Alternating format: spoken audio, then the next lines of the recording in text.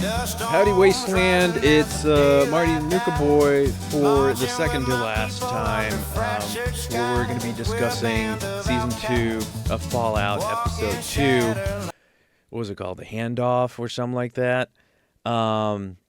Today, we're a little short-staffed, but we got Nick squared and yours truly in the little corner right there. How are we doing, gentlemen?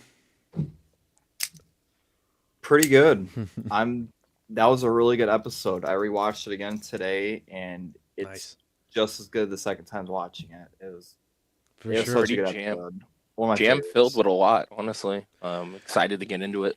Lots of good stuff. Yeah, we're gonna make sure that Nick Shelton, that is, doesn't get as much stage time because we know where he stands. We know where he stands when it comes to a lot of the aspects of this episode. So, or we can just mute him and he can just sit there and look pretty, you know. But God forbid I have a different opinion. I know, right? No, we don't do that here. We don't do that here. Actually, let me boot you up. Let me give you the boot right now. Speaking of looking pretty, new merch that I'm gonna take off right about now because I'm getting pretty hot over here. Man, must be nice. -8 over here. Must be nice. I know, right? What is it? Oh, right now it's 63 degrees, and that's cold. That's like sweatpants time for me. Yeah, you guys would die here. Us sweatpants weather for us is like 35. Oh, like you guys would die here. Yeah, no doubt, no doubt there. Yeah, I don't do cold, you know. Like, Me neither. I like the heat. I like the desert, but not the cold desert. It's funny because a couple years ago, I went to camp at Death Valley, and it was like 112 degrees at night. And I was, we were camping, you know, so I was just like getting all the radiant heat from the floor. And yeah, that wasn't the most comfortable environment to sleep in, but you know, I don't know. I can do heat. The cold is not my jam. Same. I've never gotten used to it. The hottest it's ever been here, as far as I remember, is like 102. The coldest I've seen it's like -25. It's just Jeez. extreme. Really hot summers, freezing ass winters. It's not fun. You know, those exploding tree warnings I was telling you guys about still going on. Fun times. Just love where I live somewhere it's so cold trees explode. It's great. You just get those Bay Area winters where you know it's going to be cold when the rain starts hitting you sideways. Those are not comfy. No, not at all. You know, it's another place that has those cold, freezing, you know, exploding tree warnings. Canada. And if we learn anything this week, cannot trust those Canadians. Cannot trust those Canadians, not one bit. Yeah, that's a nice segue because, like, what an intro. And finally we're getting, you know, a little bit of background on Steph, which I was kind of hope that we would get ever since we got to see that ID of hers for the first time a couple episodes ago. And yeah, I'm still confused as to the status. So, like, I just don't understand why it's a why it's temporary Canadian. Like, if she was Canadian and they got obviously annexed to the U.S., why is she temporary Canadian? Like, why isn't she like temporary American or something? You know? That's such a weird thing.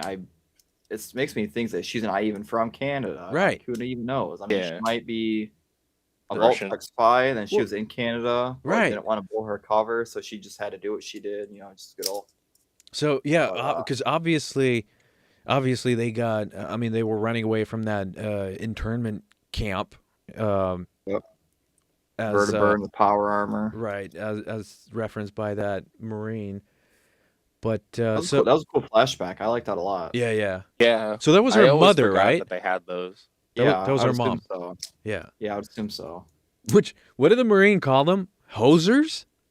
Or something like that? I don't know if we could say that right now. We're going to offend our Canadian fan base. You know, I mean, we're obviously talking about a show. I mean, come on. We're sorry about that, friend. Sorry about that. But it's getting awfully close to. They're my neighbors. We're good. I mean, this is as political as this is gonna get. But it's just like I couldn't help but seeing some parallels to the current political climate, and I don't know how to feel about that. Here and there. My fiction show is getting a little too real. They need to dial it down a little. Right. Or somebody out there is a real big fan of Fallout and is acting out their fantasies, I gotta recreate the game. I'm just gonna leave it at that, and that's as far as I'm gonna go with it. But no, it was definitely a cool lore inclusion, and I just loved the line when her mom goes like, don't think about them as humans. Think about them as Americans. Like, kind of boy, kind of puts things in perspective, doesn't it? A little bit. They did not like us. No. Not in that lore did not like us at all. Right. We did invade the maple leaf, so I mean, can you blame us? Hey, can you blame us for being? They made good maple syrup. Like you had to have it. It was a strategic invasion, okay? Of course, it's a strategic, resource, should I say? Screw the oil. It's the maple syrup. I was gonna say we need to just pull everybody out. We're going for maple syrup now. It's more better investment. We need them for the mooses. For the mooses. For the mooses and the cobra chickens, aka Canada geese. The cobra chickens. Canadian bacon. Right. It's just ham. I know. Like we need that maple syrup, bud. Oh yeah, my guy, just stick it. Oh yeah, for sure, my guy, just stick in your bag, eh? Just put the T-51B on the front line, eh? Oh yeah, just hack a dart and give me some butt there, bud. Kick him in the blammies, Crody.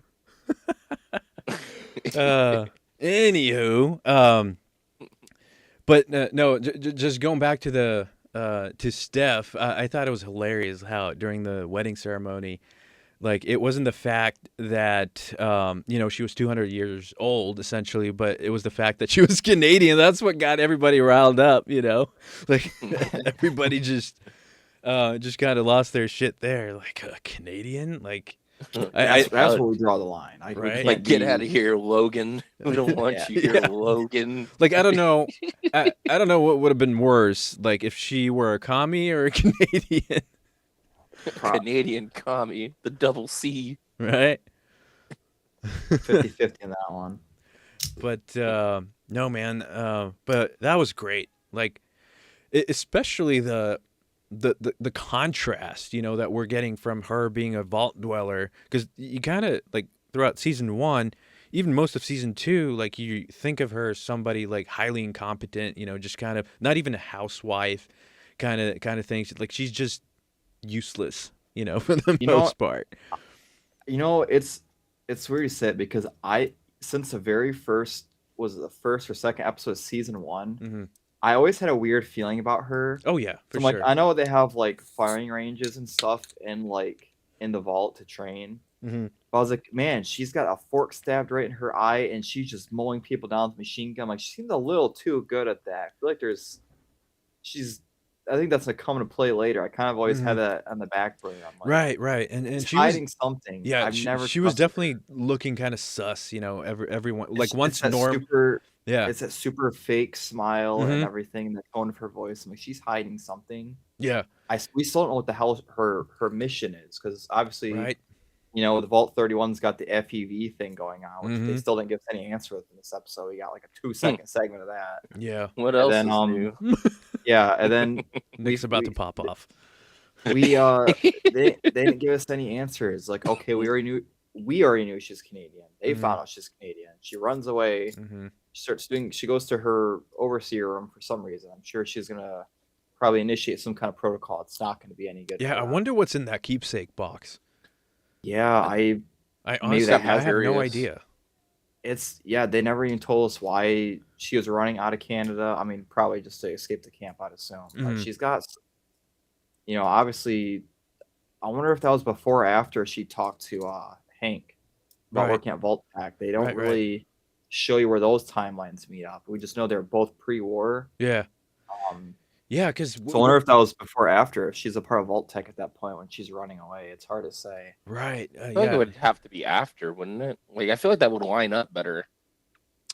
Maybe, you know what? I think she ran away and then made her way all the way to Vegas. Yeah. That's what I think, because she made herself a maid. Start anew.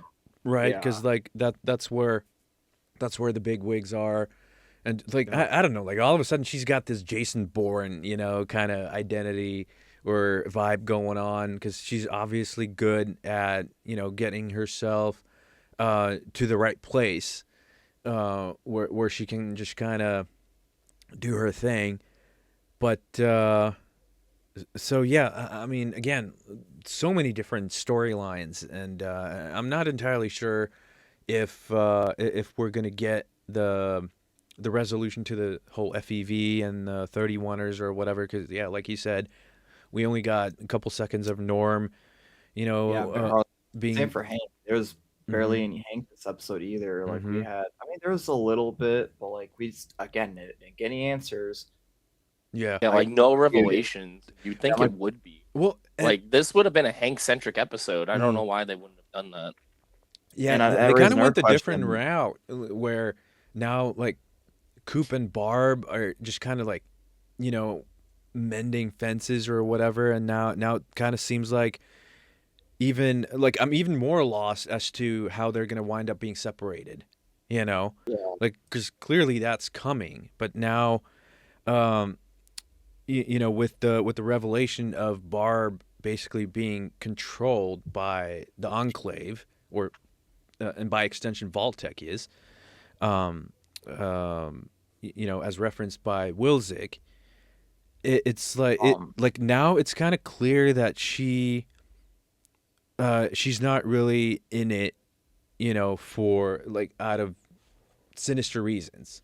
Like she's just kind of playing along because that's the least she can do for her daughter and for her family. She doesn't really want to do it, which I mean, I'm kind of enjoying that, just because there's like again, great development, right? Like season 1, you see her as the villain.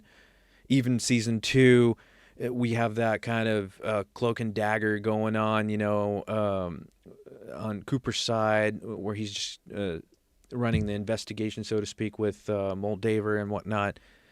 But starting with that flashback, that leads up to the conference, which was great to see. See her struggle with it, with all the ideas.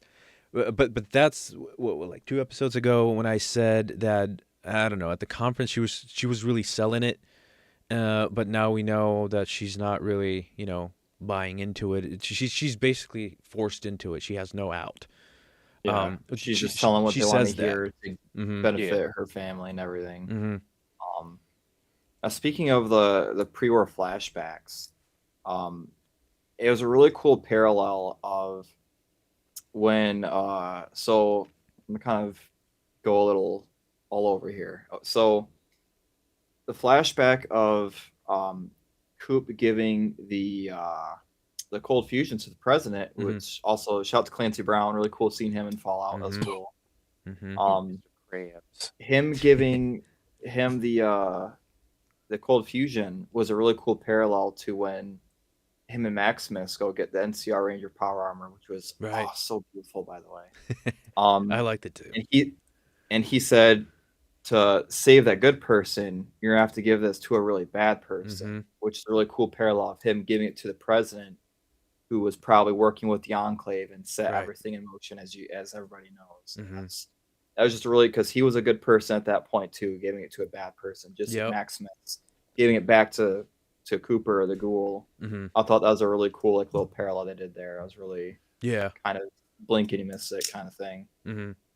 Yeah, it was another example of like the very layered storytelling that they've been doing ever since season 1, which on that, when it comes to the cold fusion diode, they call it,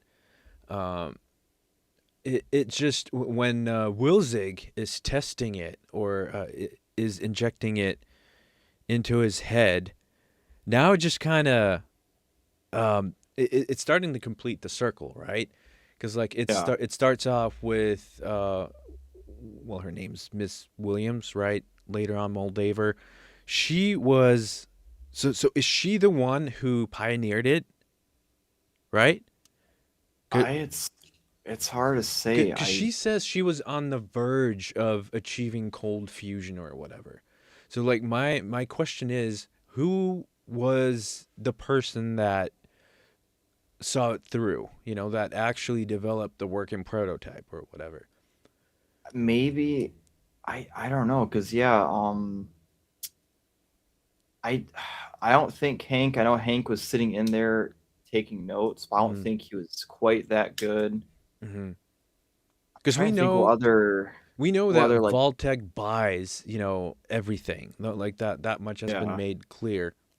And so now we're basically just one step away because in season one, we see, we have Moldaver mentioning it, Wilzik injecting it into his head.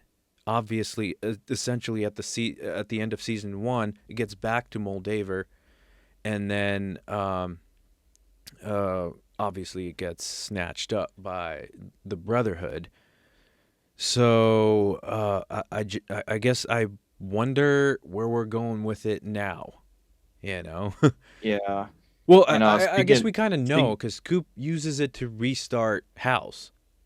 yeah, and speaking of the cold fusion and everything, another the parallel comes back again when Mm-hmm. when Maximus says you always come back to where you started, just Mm-hmm. like the cold fusion ended right back in Coop's hands, Mm-hmm. and he was back in the Lucky 38 again. Another Mm-hmm. cool little parallel they did with that. I thought that was Yeah. really cool. Yeah. It was back where he started. Mm-hmm. Yeah. It was really nice. I like how they just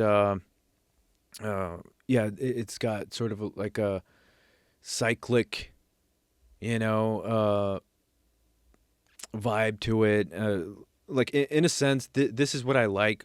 I mean, we're not getting real answers More to questions than anything, well, but yeah, for sure. Yeah, But at way too least, many questions. mm-hmm. But one answer for every 4 questions they give us. yeah, It's yeah, my really only gripe with the show so far is just they're not giving us any answers at all. It's just more questions. Like, okay, so now we find out, Lucy figure out how to turn off the thing controlling the chips, and mm-hmm. then it's the one lady from the VA meeting. It's her head The in there. congresswoman, yeah.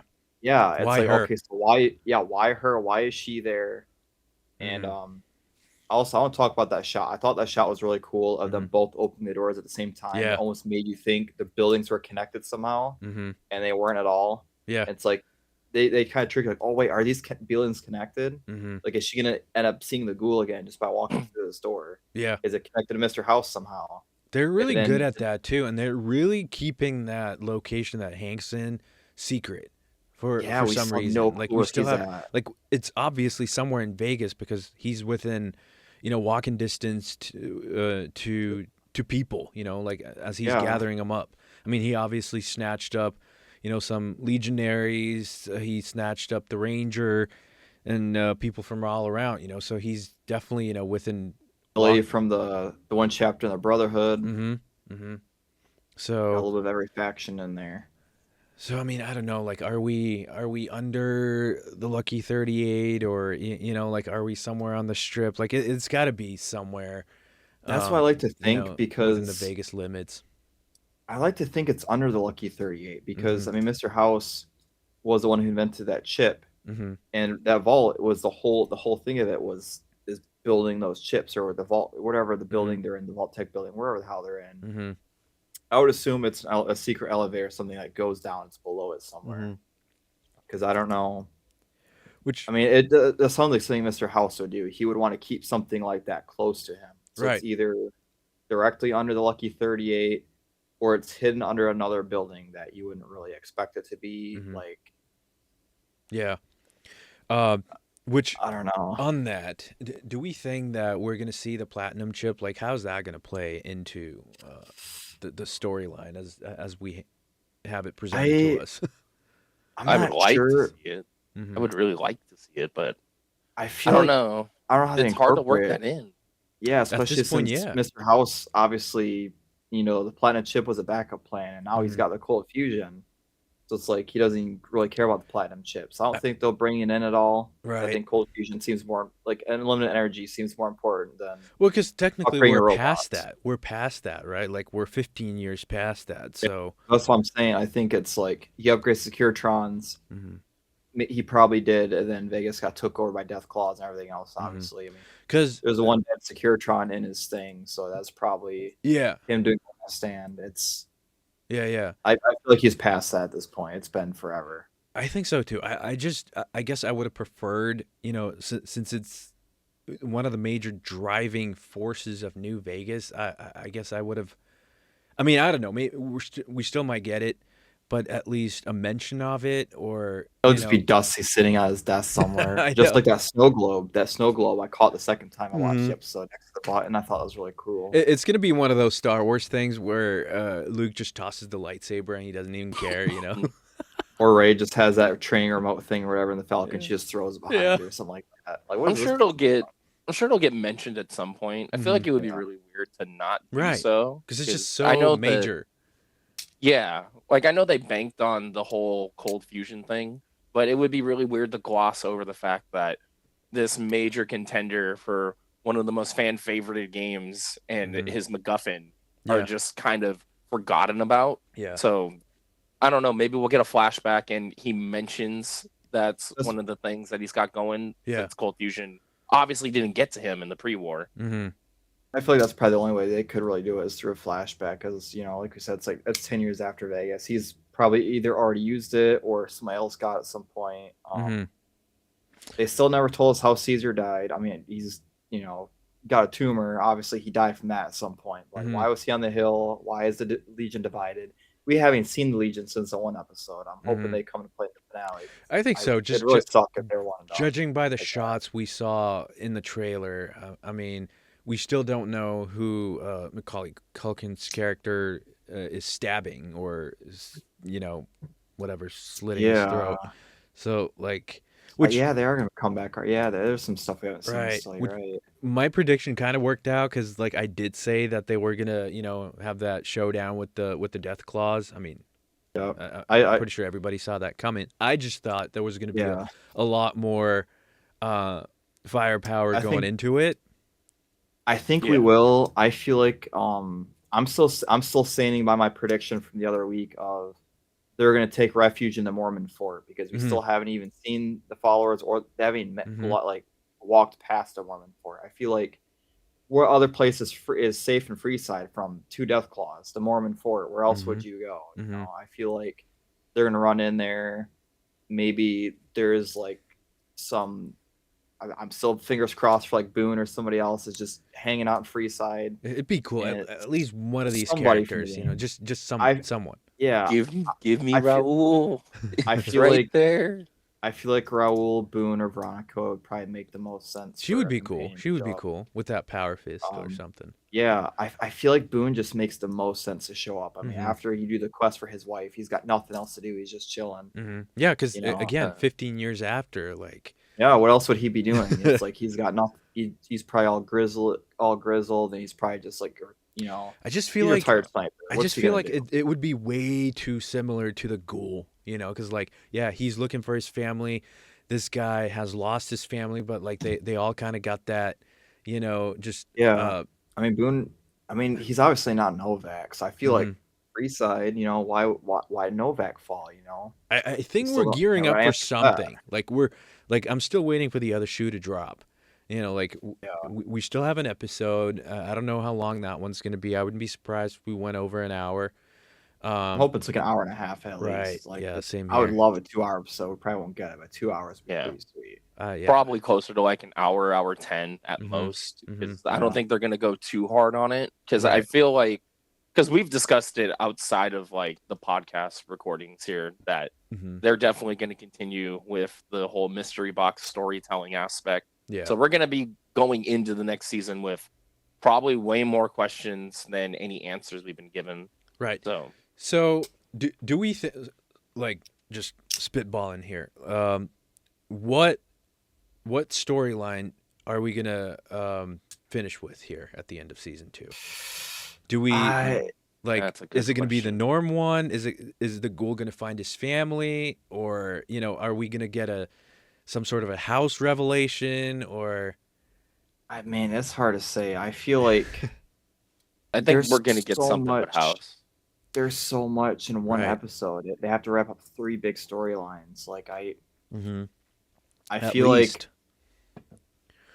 yeah, I just because we didn't get to see what was behind the door when the ghoul opened it. Right, we only saw Lucy's perspective, and it was the congresswoman. I know they showed it. It was the cold fusion. Oh, that's right. That's right. Yeah. Yeah, like the little capsule inhibitor. Yeah. Right. So do we think, because like in one of the post-credit scenes, there was a sort of like a pod, or kind of like a sarcophagus thing with the arm hanging out. Arguably, that's where House is, But then again, they said not to really, give it any like.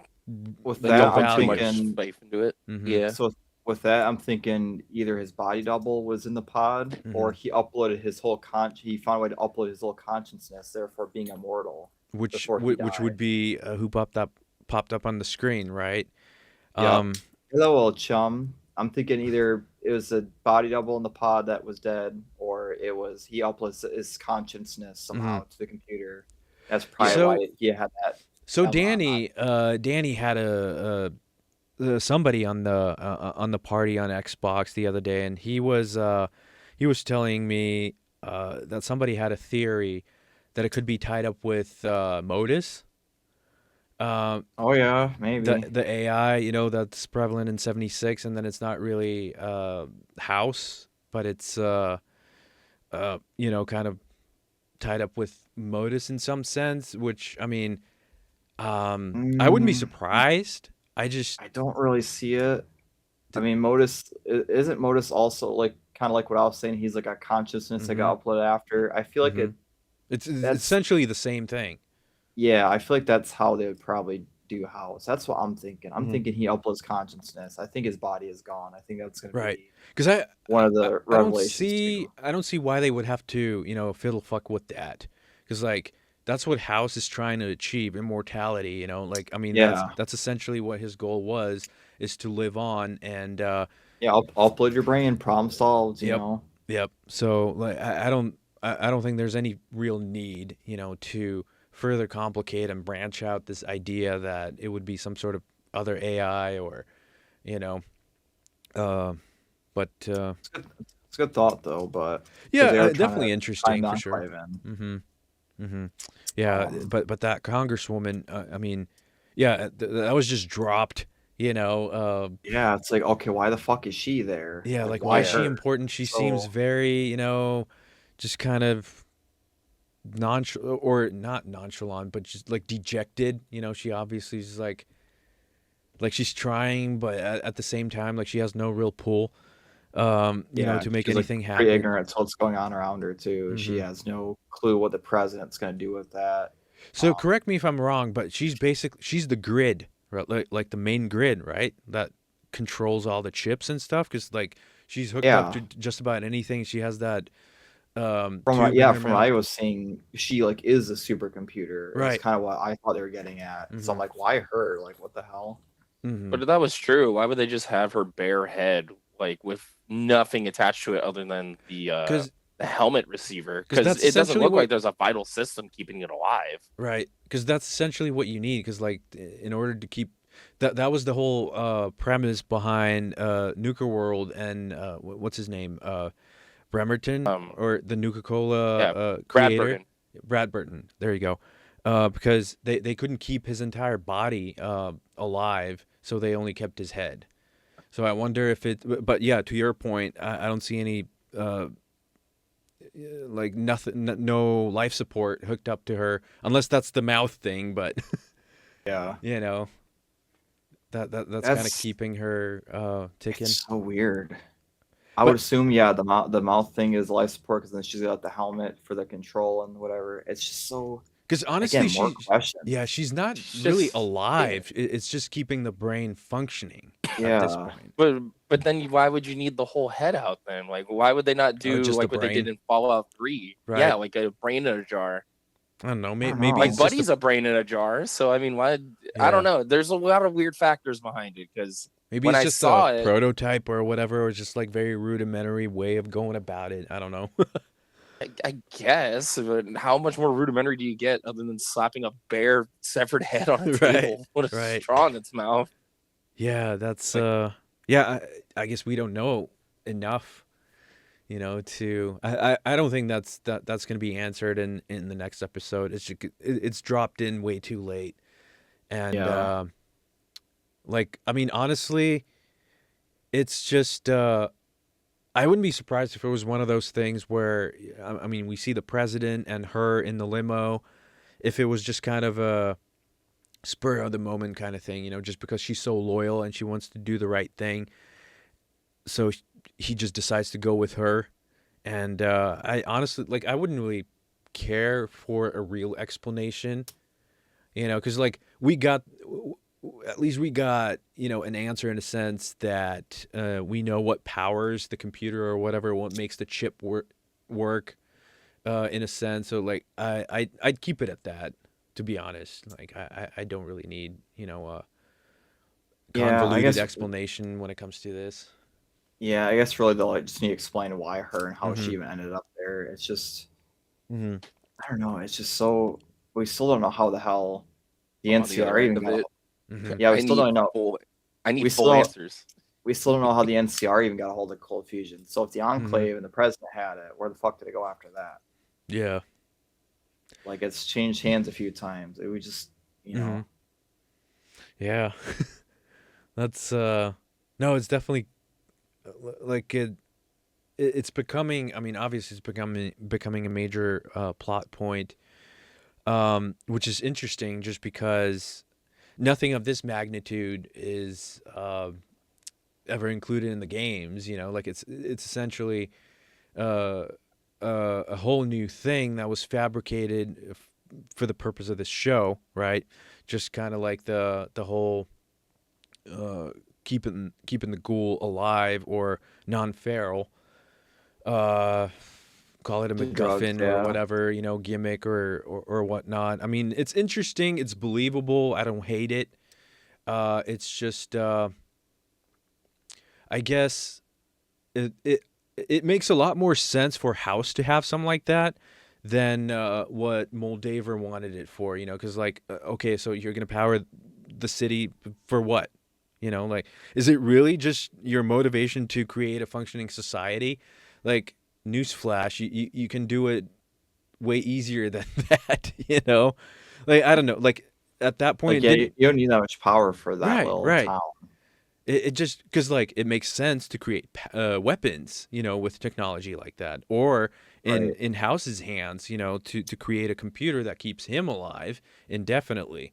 But so I guess I'm a lot more okay with that being so prevalent throughout the show now than I was in season one. And I don't know, it's just real quick, like the whole ending of season one, when it took like 3 tries to freaking finally power or turn it on, like, and then it was pretty anticlimactic. Yeah. It just powered the Yeah. city. All the lights turned on. Like you thought it would be something like a little bit more, grand and like You'd see like a big spectacular. Yeah. spark or something. Yeah. Would Well, be to really be fair, interesting. Would be really unlimited energy interesting. is pretty spectacular, though. No, I know. I know. It's just like in my eyes, the motivation that she had, it wasn't that eye opening. Like, yeah, I get it. I know what you wanted to do, and that's kind of like what you had going on in Shady Sands, and because like at that point she was, I guess you could call her the president of the NCR, Yeah. right? Now here's a Technically. thought. What if the cold fusion was a bunch of bullshit vault-tec made up and it's not even unlimited power? What if it's just temporarily a bunch of power? Just right. Because I mean, they're selling it to. I think they're selling it to Mr. House, right? Right. What if they're trying to get? I mean, like once after the bombs drop, as long as it works long enough to get him, like, oh man, this is great, and then like a month later, it just shuts off. Right. They already got their money. They already, everything is already happened. So what if it's not even unlimited power, and everyone's fighting over it for just a temporarily, like a fusion core, essentially, like it's a lot of power at once, but does not last very long. Like, but we've seen it used on a mass scale, though. Like the Brotherhood's used it like a lot, especially at Area 51. But how long is that going to last? Like a year, a couple months? They say it's unlimited power, but vault-tec is always shady. They always have some ulterior motive. And like I said, they're selling it to Mr. House. So what if they were just bullshitting him? Like, oh yeah, it's unlimited power for like 2 months, like long enough for them to drop the bombs and get what they want. And he's all happy until he's off their backs in the meantime, doing his own little project of his missiles or whatever. Or yeah, go play in the corner through missiles. Here's your cold fusion, yeah, whatever. Unlimited power, yeah, okay, whatever. Just let us do our thing. Mom and dad are talking. Bye. So I don't think they would do that, but that'd be really interesting if all these factions are fighting over something that was just a whole lie, and then now all that effort was for nothing, and now they have to find something new to, like, a new goal to go towards. It'd be interesting. Wouldn't put it past vault-tec to lie about that. I would not at all. They lie about a lot of shit. So it's a thought. Okay, yeah.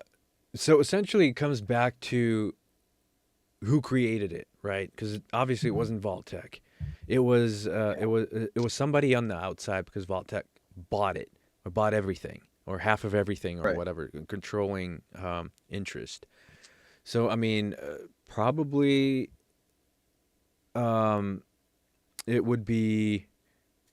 Well, it would be a government project at that time, right? Pre-war, because like the Enclave is basically the remnant of the U.S. government, right? So it would have to be a government project, which would explains why Ziegler is there. That would explain why he's there.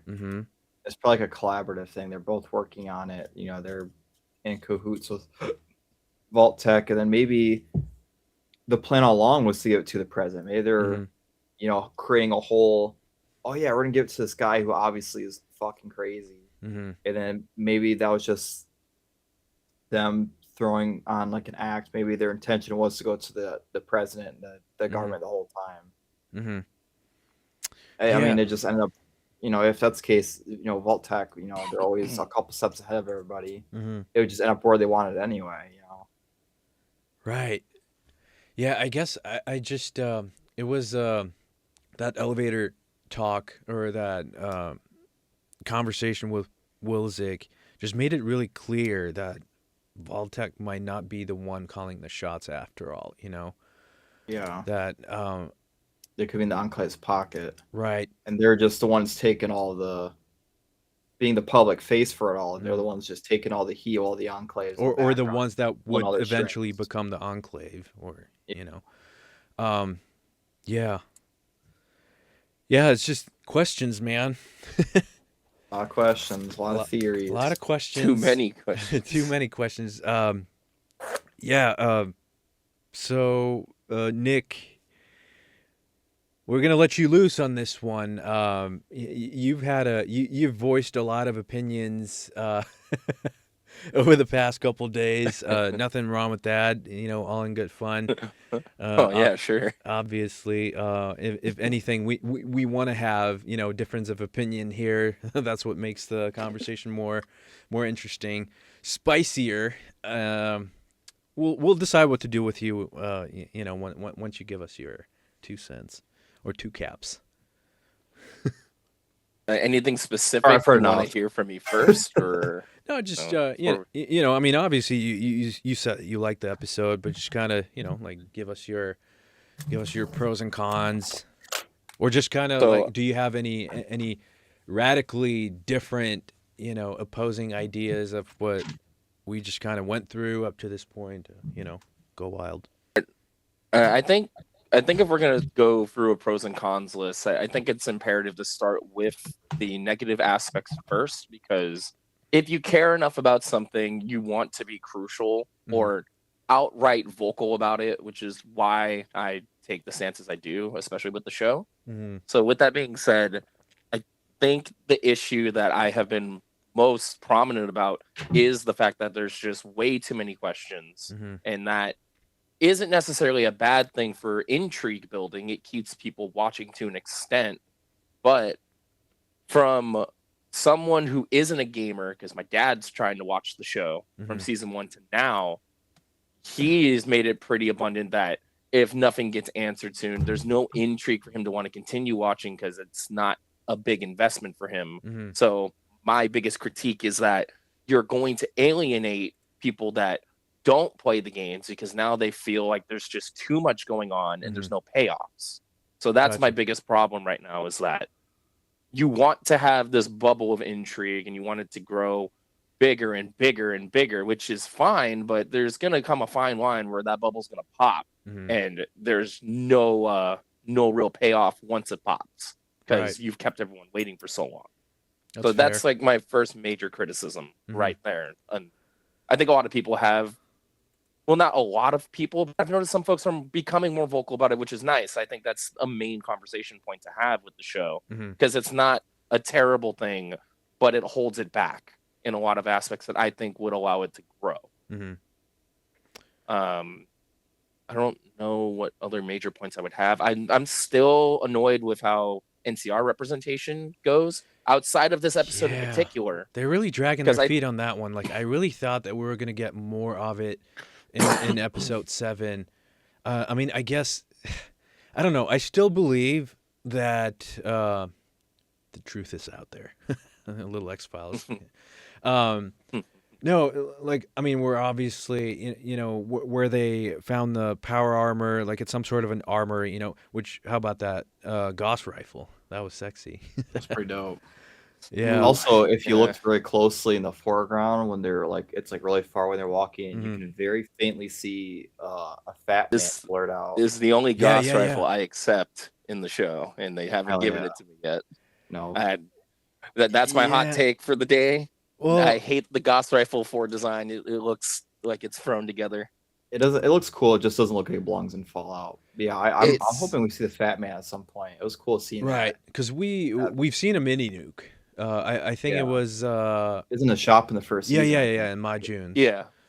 Going back to so it's some sort of a, obviously an armory, but again, like, it's vacated, deserted. So the NCR obviously occupied this camp.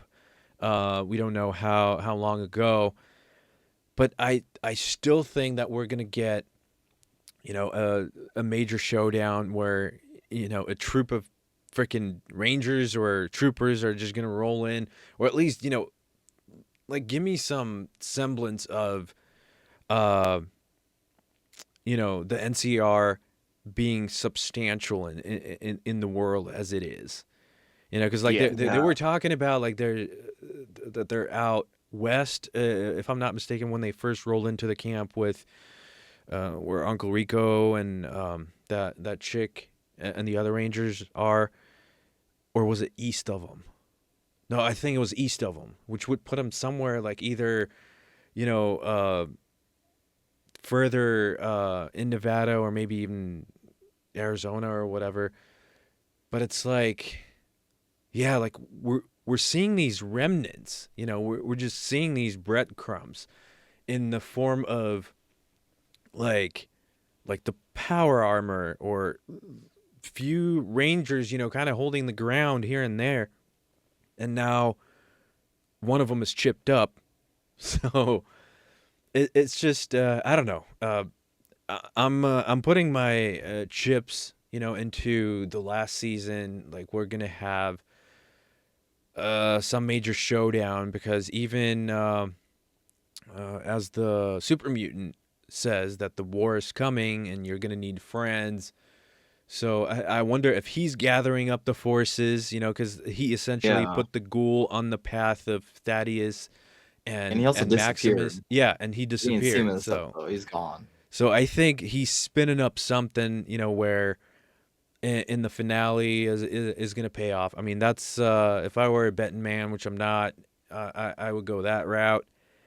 I think you're on something. I don't think we'll see. It would be cool to see the NCR and Legion fighting side by side. I don't think that's gonna happen, but that would be a cool Yeah, enemy of my enemy kind of thing. It would be kind of neat. yeah, I don't think it. the Legion's gonna figure in too much, but I think we're gonna have a badass reveal when it comes to the NCR.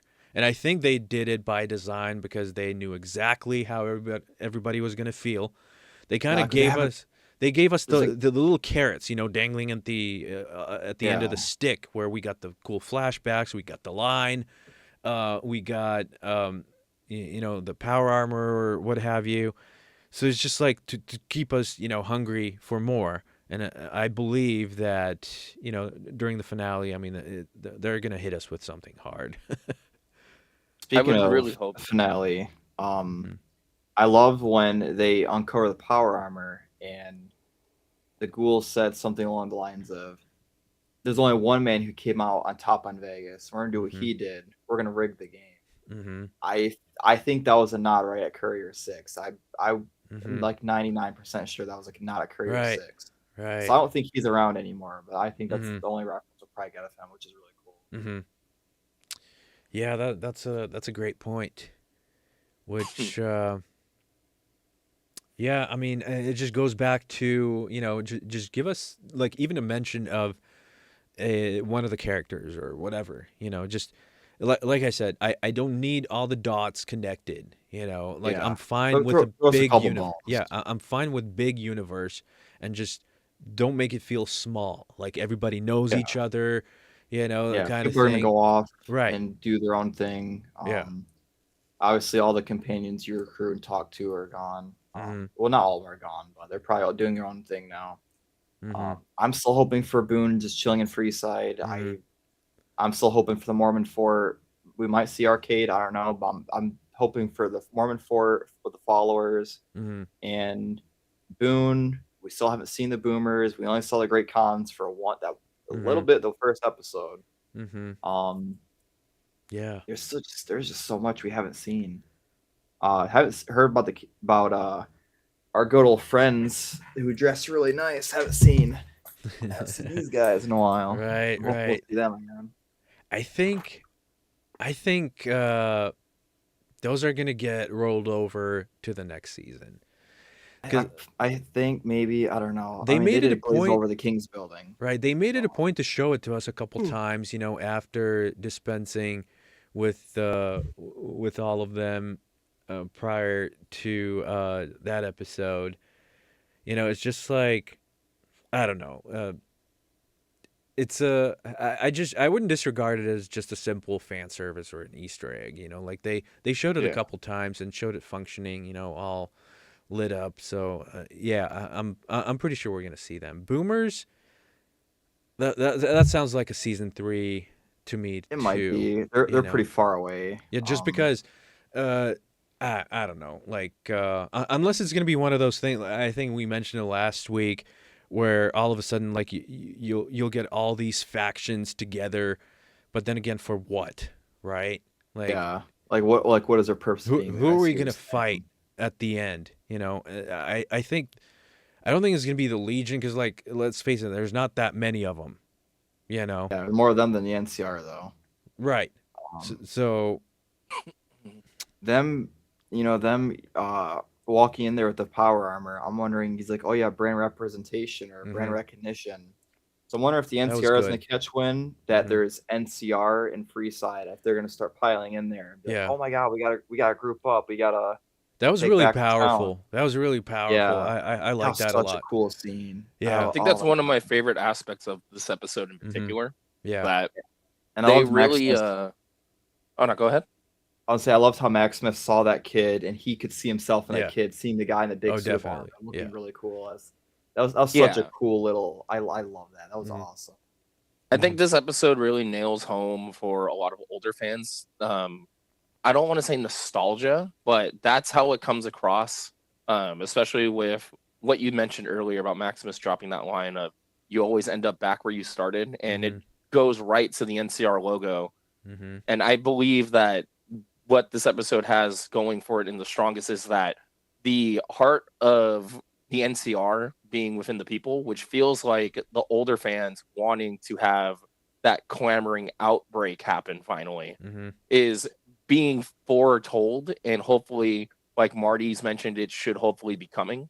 And I think that's the main takeaway from it, is that it's not completely forgotten, right? But it makes it hard to believe when we're now 2 seasons in, and yes, I get it, 15 years have passed, but it's still just little to nothing but breadcrumbs. Yeah. So no, we're definitely building up to something, and even if you're gonna, forsake the NCR because Maximus mentions baby. that, right? Because Maximus mentions that it didn't work, but like, show me why it didn't work. Show me a 20-minute flashback where, be it a battle or be it them getting wiped out by whatever, but like, you have to tie up that loose end, Yeah.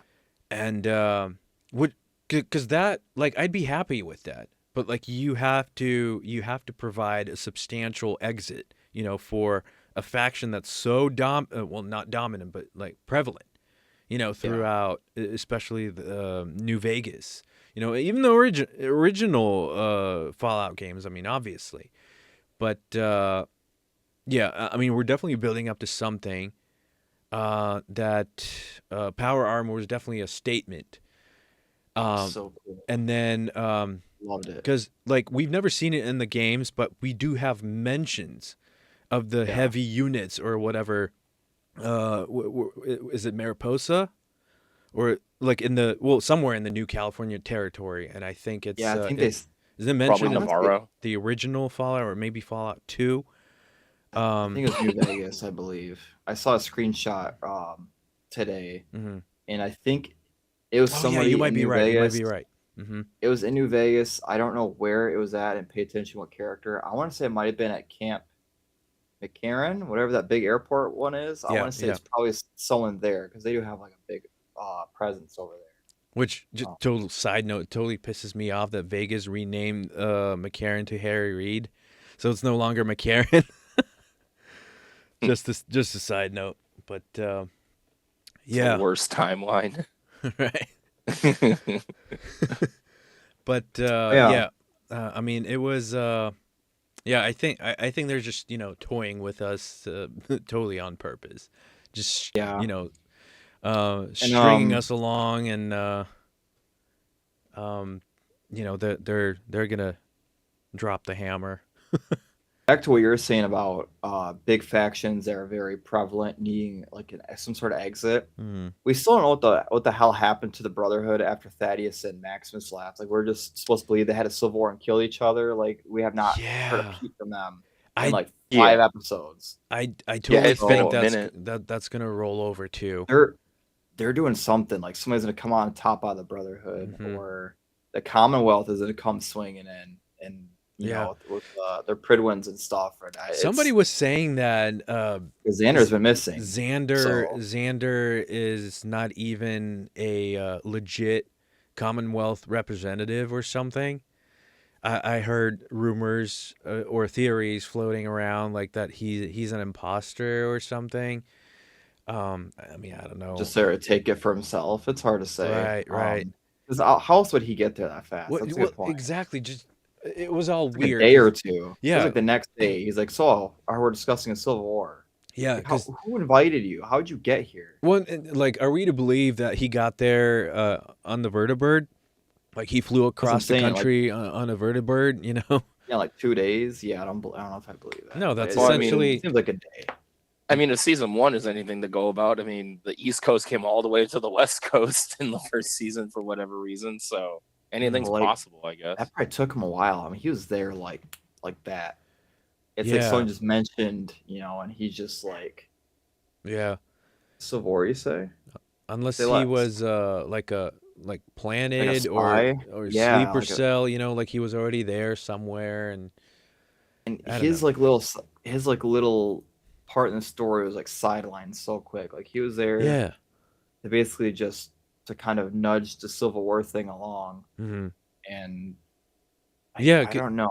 It just I don't know. Like when I said in the earlier episodes that everything else or everything on the show has a purpose and it's strategically put there, and like his story was just so meaningless, or at least seems like it, like he essentially shows up at the end of one episode and dies halfway through the next, and that's it. No consequences, no repercussions, And if Hank got the one, I can't remember her name, the one lady who was in charge of the one chapter of the Brotherhood. Oh, the Yosemite chapter? He captured her. Mm-hmm. So what is the Brotherhood area looking like right now? If he just went in there, because she got knocked out right during that Chow Hall altercation. I thought she was dead. I thought so too. Shot or something. I thought so too. I don't know. Yeah, I'm I'm wondering if he just went in there and picked her up without anyone really. Same for the Legion, he picked up the Legion dude, no problem. I mean, the NCR dude was pretty. There's only 2 of them, that was pretty straightforward. He just picked him up. Yeah. But the Legion, Centurion, whatever you want to call him, the big guy, and then the Brotherhood, Yosemite chapter lady. Yeah. How did he just go in there and just pick him up? We haven't seen obviously they're a shell of what they were. I mean, they were obviously they both had a little civil war within fighting each other. Mm-hmm. And the NCR is the only one who's they're scraps of them. At least they're not fighting each other. They're all still unified. They're the only one that's still together. Mm-hmm. So I don't know what shape those 2 are in. I hope we at least see one of the 2 in this episode, because I don't know this next one. We haven't seen the Brother in 4 or 5 episodes. Just we're all right, bye. We're in Vegas now. The cleric, yeah. Which okay, so there are. I've seen a screenshot of what looks like the elder being in Vegas in that bar, in the background. Yeah, in the the pre-war flashback. Yeah. I did see a screenshot of that. So that's interesting. That is really interesting. And I don't know, what to do with that. I mean, as of right now, it's a total speculation. I mean, it does look like him.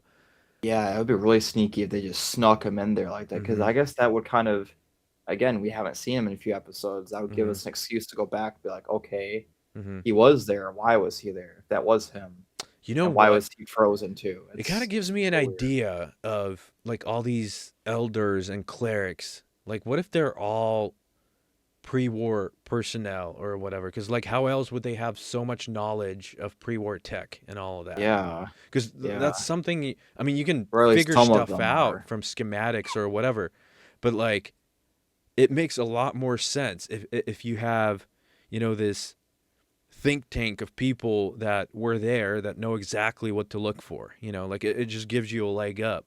And so this would kind of support that idea. And he knew about Area 51 being there. How would he know that? It's been buried for what looks like probably 100, 200 years. Yeah. It's how would he know it's there? Mm-hmm. Yeah, that's a good point. So it's interesting. And again, another question that was just dropped in there, Yep, still not answered. So I mean, that's just further proves. Well, I mean, I don't know if it proves it, but it wouldn't surprise me if season 3 didn't, just pick up where we're gonna leave off at the end of this one next week. I mean, it's just there's way too much. There's way too much that hasn't been mentioned. There's a lot that was and hasn't been answered yet. So, yeah, I mean, I'm excited. Unresolved conflicts inside timelines and whatever else you want to call it. There's too many things going on. Bunch of stuff branching off and then not really stopping and connecting to anything. They're all kind of branching off their own. Yeah, it's going from this and it's going into this. They're all going their own ways, and it's they're not connecting back in. They're still keep spreading further and further apart. Yeah, and I refuse to believe that the finale is going to tie it all up. I mean, God. There's just no way. It's way too much. Unless it's a 2 or 3 hour episode, there's no way they're going to tie that all together in one. Right. And even if they did that, that's just a lot of people are going to tune out. It's just too long. No one wants to watch an entire Marvel Endgame for a singular episode. I know, just for some type of questions to get answered. So I'm hoping that we get some answers, and I'll be fine with not getting all of them. But Mr. House will return in Avengers Doomsday. Jesus Christ. Can you imagine? Good God. You have my shield, and you have my rope, my Securitron. He just pops. Where's my fucking chip? Right. Danny was mentioning something else about the simulation room. Like there was too much focus on the simulation room, which is where Lucy woke up. But I mean, I thought it was basically just like a, dorm or something, or like a domicile, for the chipped subjects, like somewhere to keep them or whatever. Right. Yeah. But yeah, I mean, it's just yet another string of info that I don't know where to quite place it. But yeah, man, we'll see. It's just I don't think that we're gonna get an ending, like a canon ending from the games at the end of this season. If anything, we're gonna probably get a hint at one, because there's just no way that one of the endings is not gonna be realized, within the show. Yeah. It's just like you have to. I get it. Yeah, you don't want to drop which ending you're gonna do, because essentially, like I said a bunch of times, that's something that we're gonna be left to figure out, or find out rather, because I don't think it's gonna be hard to figure it out. But I've been thinking about that. If that Securitron in front of Mr. House, I was like, yes, man. If that's a remnant of that potential ending of the game, it's the way that it's laying on the ground lines up with how Yes Man ends up going into Mr. House's systems. Because Victor's still around, so that can't be Victor, which was with him in the office. So yeah, obviously it could just be his. It could just be his. I want to say Securitron. I want to say like his. Yeah, like his maid one. I don't remember her name. She's got the black hair. Oh, right. She's like I think it was Laura or something. Laura? Yeah. I think so. It's probably her, to be honest. They probably threw that specifically right there to make us think, is it Yes Man, or is it one of his assistant ones? Or just one of the regular security ones? It's I still can't get over the fact how good those look. They look so good. I love that they went practical for almost everything they could. I love it.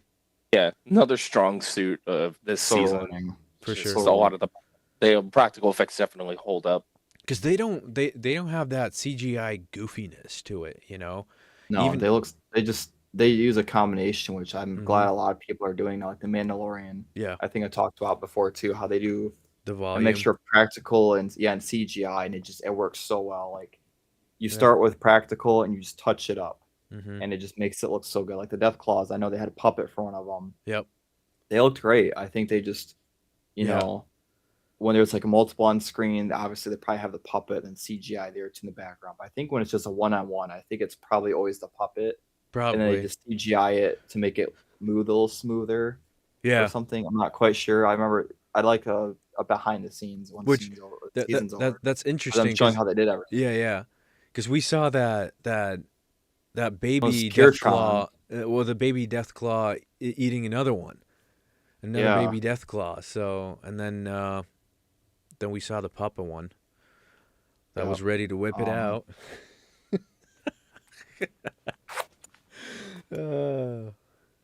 Jeez. You know what? We're an hour in, so it's starting to happen. We kind of tied up all of our thoughts, I think, so far in the actual episode, for the most part. Yeah, we can talk about Thaddeus in a minute. I just thought it was we got another Bethesda-like glitch when Maximus gets his arm stuck in the car, and then he just goes fuck it, and he chops the head off the Deathclaw with the entire door. Yeah, he brings it with him. I love that. He's like fuck it. Which that's something that I didn't notice at first on the armor, and then when I saw the blades, I'm like, that's cool. That's cool. Yeah. Speaking of the armor, I was thinking earlier, did they? So I'm like, so they found it in a barn. It's been there for who knows how long. I'm thinking, how would they power that? And then I remember the ghouls. Does he still have that fusion core he heals Neck with? Was he still hanging on to that? No, he tossed it. He tossed it. Okay. I'd say that'd be a cool little nod if he had that with him and he just happened. Yeah. They happen to need a fusion core for power. I mean, that would have been really cool. I just kind of assumed that it was in there, or being in the armory. There's probably a crate of them or something. Yeah, I think they got a few. It was just interesting to see that like all that hardware was still there, which leads me to believe that whoever was occupying it didn't leave too long ago. Yeah, it was just a cool thought. I'm like, I'm like, I assumed it was in the suit, but it would have been cool. But like, hey, I just happen to have a fusion core. We need a fusion core. Yeah, it's probably just like 30% capacity or something. You hardly find them fully charged up. It'd be funny if once again you end up back where you started. He runs out of power and has to jump out of the power armor suit like he did in season 1. That'd be funny. I hope not. I want to see him kick ass that suit some more. It's so fucking cool. Which, I mean, it's conceivable that these wouldn't be trackable, right?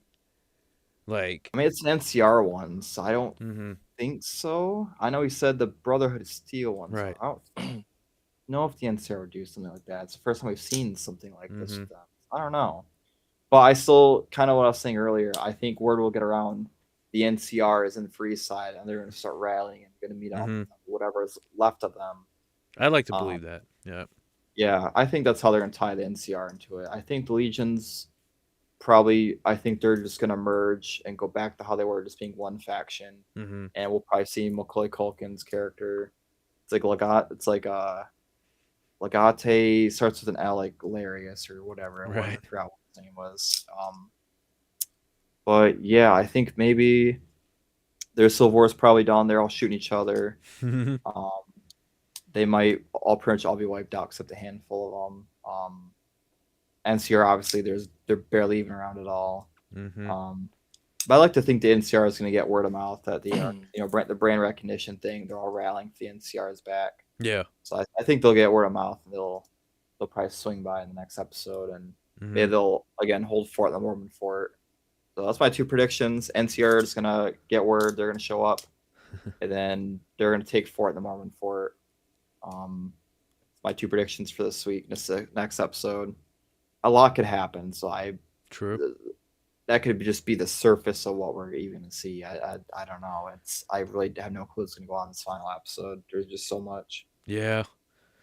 I don't want to build up my expectations too bad, just and that's kind of how I've been throughout this whole season, to be honest with you.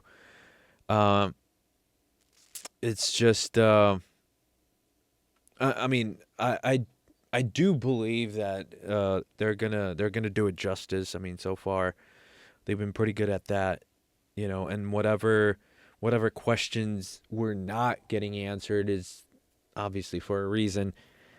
And but yeah, the anticipation is just kind of starting to seep in, and just because we have 1 week left, and we don't know where we are. I can't believe we're on the last episode already. It's insane. Like I'm telling you, like comes episode 4, it just kind of like started speeding up, or felt like that. Which on that is season 3 going to be a whole year away, or is it going to be? I don't know. I would hope they take their time to make the next season, so that way they can. Because they're not filming yet, are they? I don't think so. Right. If they are, they haven't said anything. They said they start production. That could just mean they start writing it. Pre-production, maybe. They could begin the sets together. I don't know. Yeah, maybe just like getting all the like man-made shit good to go. Then locales. I still think that countdown on the Amazon website is just gonna be them saying like, "Hey, this is." I totally forgot about that. I totally forgot that was going on. To be honest with you. Yeah. I don't think they're gonna shadow drop any games. I think it's specifically Amazon's thing. I think they're gonna be like, "Hey," unless they're like, "Fallout 3 remastered only on Luna," everyone's just gonna be like, Yeah, fuck that. Nobody uses Luna. Yeah, I think it's just a countdown on them saying, "Hey, this is where it's gonna take place," or "We're continuing Vegas in season 3," or it's gonna be "We something have a script stupid. on something related to the show." You think it's gonna be related to the show? Yeah, I think it's 100%. Why would it be on the Amazon website unless we expect that they do give us something? Unless Bethesda's like, "Hey, we'll I let wonder. you drop it first." It's probably gonna be related to that reality show that they're planning. To be honest, Yeah, that's Probably. another possibility. Like maybe they'll put up a trailer finally of like what it's gonna be like, or yeah. Because I know some people that have been talking about it, like they've signed up, and whatnot. That could be a big possibility. Yeah. On an unrelated note, real quick, we did not talk about. No one mentioned how when Betty was moving the painting to get the lockbox, it was a Todd Howard painting from the one from 4, the museum in Fallout 4. I didn't see many people mentioning that. I rewatched it today. I'm like, is that the Todd Howard painting? And it was. Yeah, no. The minute I saw the picture, I was just like, "Oh, that's Tiny Todd." Which, always watching. Now that you bring up Betty, it's just so again, and it just goes to show you the contrasting character development. Because like season 1, Betty was just like on board, right? She was privy to the plan, to the experiment, and now she's like. Plan's over. It's just like now she wants to take care of her vault. Yeah, it's survivor mode, and because Hank's gone, we're doing our own thing now. Yeah, the plan's changed. Because she seems a lot less sinister and a lot less shifty. Because now have it's all Steph. Yeah, she's basically got replaced by Steph. So what is? It still raises the question: what is Steph planning? What is she doing? I have no idea. Like I think the reason she was marrying Chet was so she'd probably become a U.S. citizen, and that was probably important for something. But I don't know what. She kind of she's putting on a show. And so apparently I'm getting married. Yeah. I can't. I'm so excited, he says. Yeah. There's a poster. Rest in peace, Woody. Holy shit. I knew he was dead. What do you think they did with him? No way they fit him in the blender. Compost? That compost room? Way too much, bro. Hear me out. They tested that. They tested him in a vat of FEV. You think they have access to it? Like you think it's in there? It's probably somewhere in the vault, unless it's in that vault-tec building they're in. It's like a remote activation thing. I don't know. Still no answers to the Norm side of things at all. Nothing, except he sent that broadcast out. Yeah, which I was totally thinking like Lucy would have totally picked that up on her Pip-Boy. You know, like I want to see that, you know, like in the game, like, oh, you picked up a transmission or whatever. Like that would have been cool. I thought we were going to see that. We still all might. The way from Vegas, though? Well, you could see it went to a shot of the radio. That is true. That is one true. Of the rooms like the that vault she was in. Because they're in vault-tec headquarters, so it's conceivable that they're in California. Yeah, right. They showed a shot of a radio. Yeah, they did. Just sitting there. Well, that was the one that Hank used. That's what I was saying. So it looked like it was getting to there. So I don't know if there's like a PA speaker. She's gonna hear it. She's probably gonna catch the very end of it or something. Right. I don't know. It was just it was cool and it wasn't definitely intentional the way they did that scene. They rushed it out at the very end. It's like, yeah, man. Now so much intrigue, you know, and like.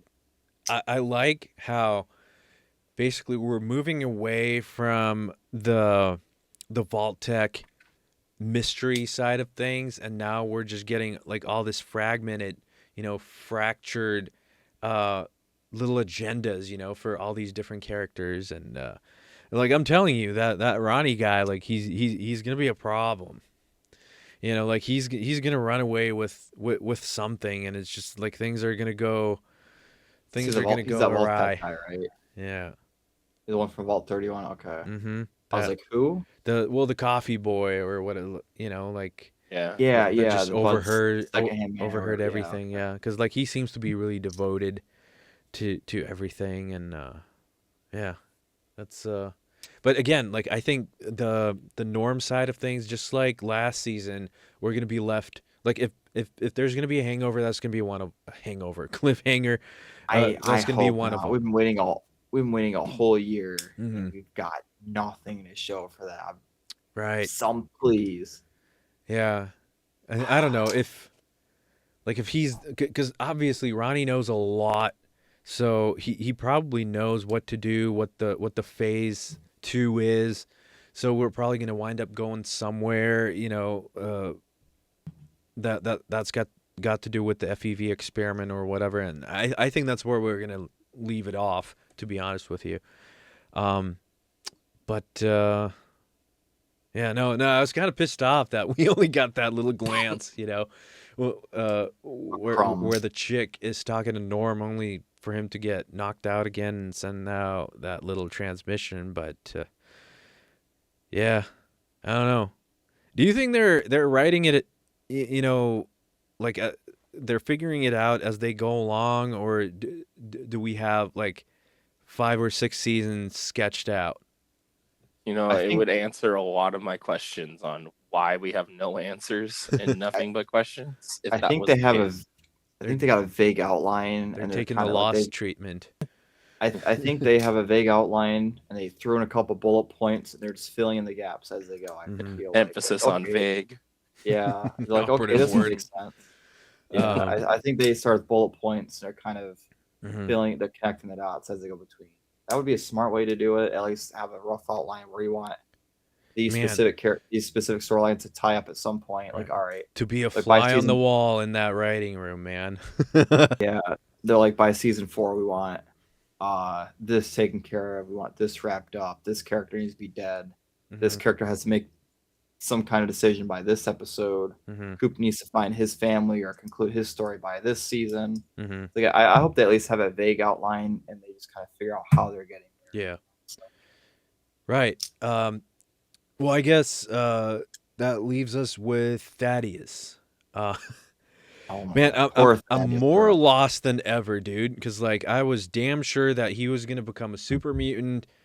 Then when we saw him towards the beginning of season 2, he was obviously leaning more towards the ghoul side of things, and now, dude, that was just so fucking funny. I seem to be having a medical episode of some sort. He just fucking picks up his rotted arm. So I guess the two theories out there: Centaurs or the Herald. Right, I'm leaning towards Herald. It feels like Centaur's just not it. Yeah, I just don't understand how he would be a super mutant unless there's some sort of process where he regrows shit and he gets bigger. But again, that's not how super mutants are created. Exactly. It's really he was healing at first. Now he's falling apart. That's really interesting. So it's accelerated mutation, or mutations of some sort, where now it's basically reforming him into something else. Now people are saying Centaur because Centaurs don't have arms. Actually, they do have arms. They don't have legs because it's all arms. Common misconception. Right. I mean, he grew that mouth on his neck. If you look at the Centaurs, it looks like they have a giant mouth thing with a bunch of teeth going down like this down their chest.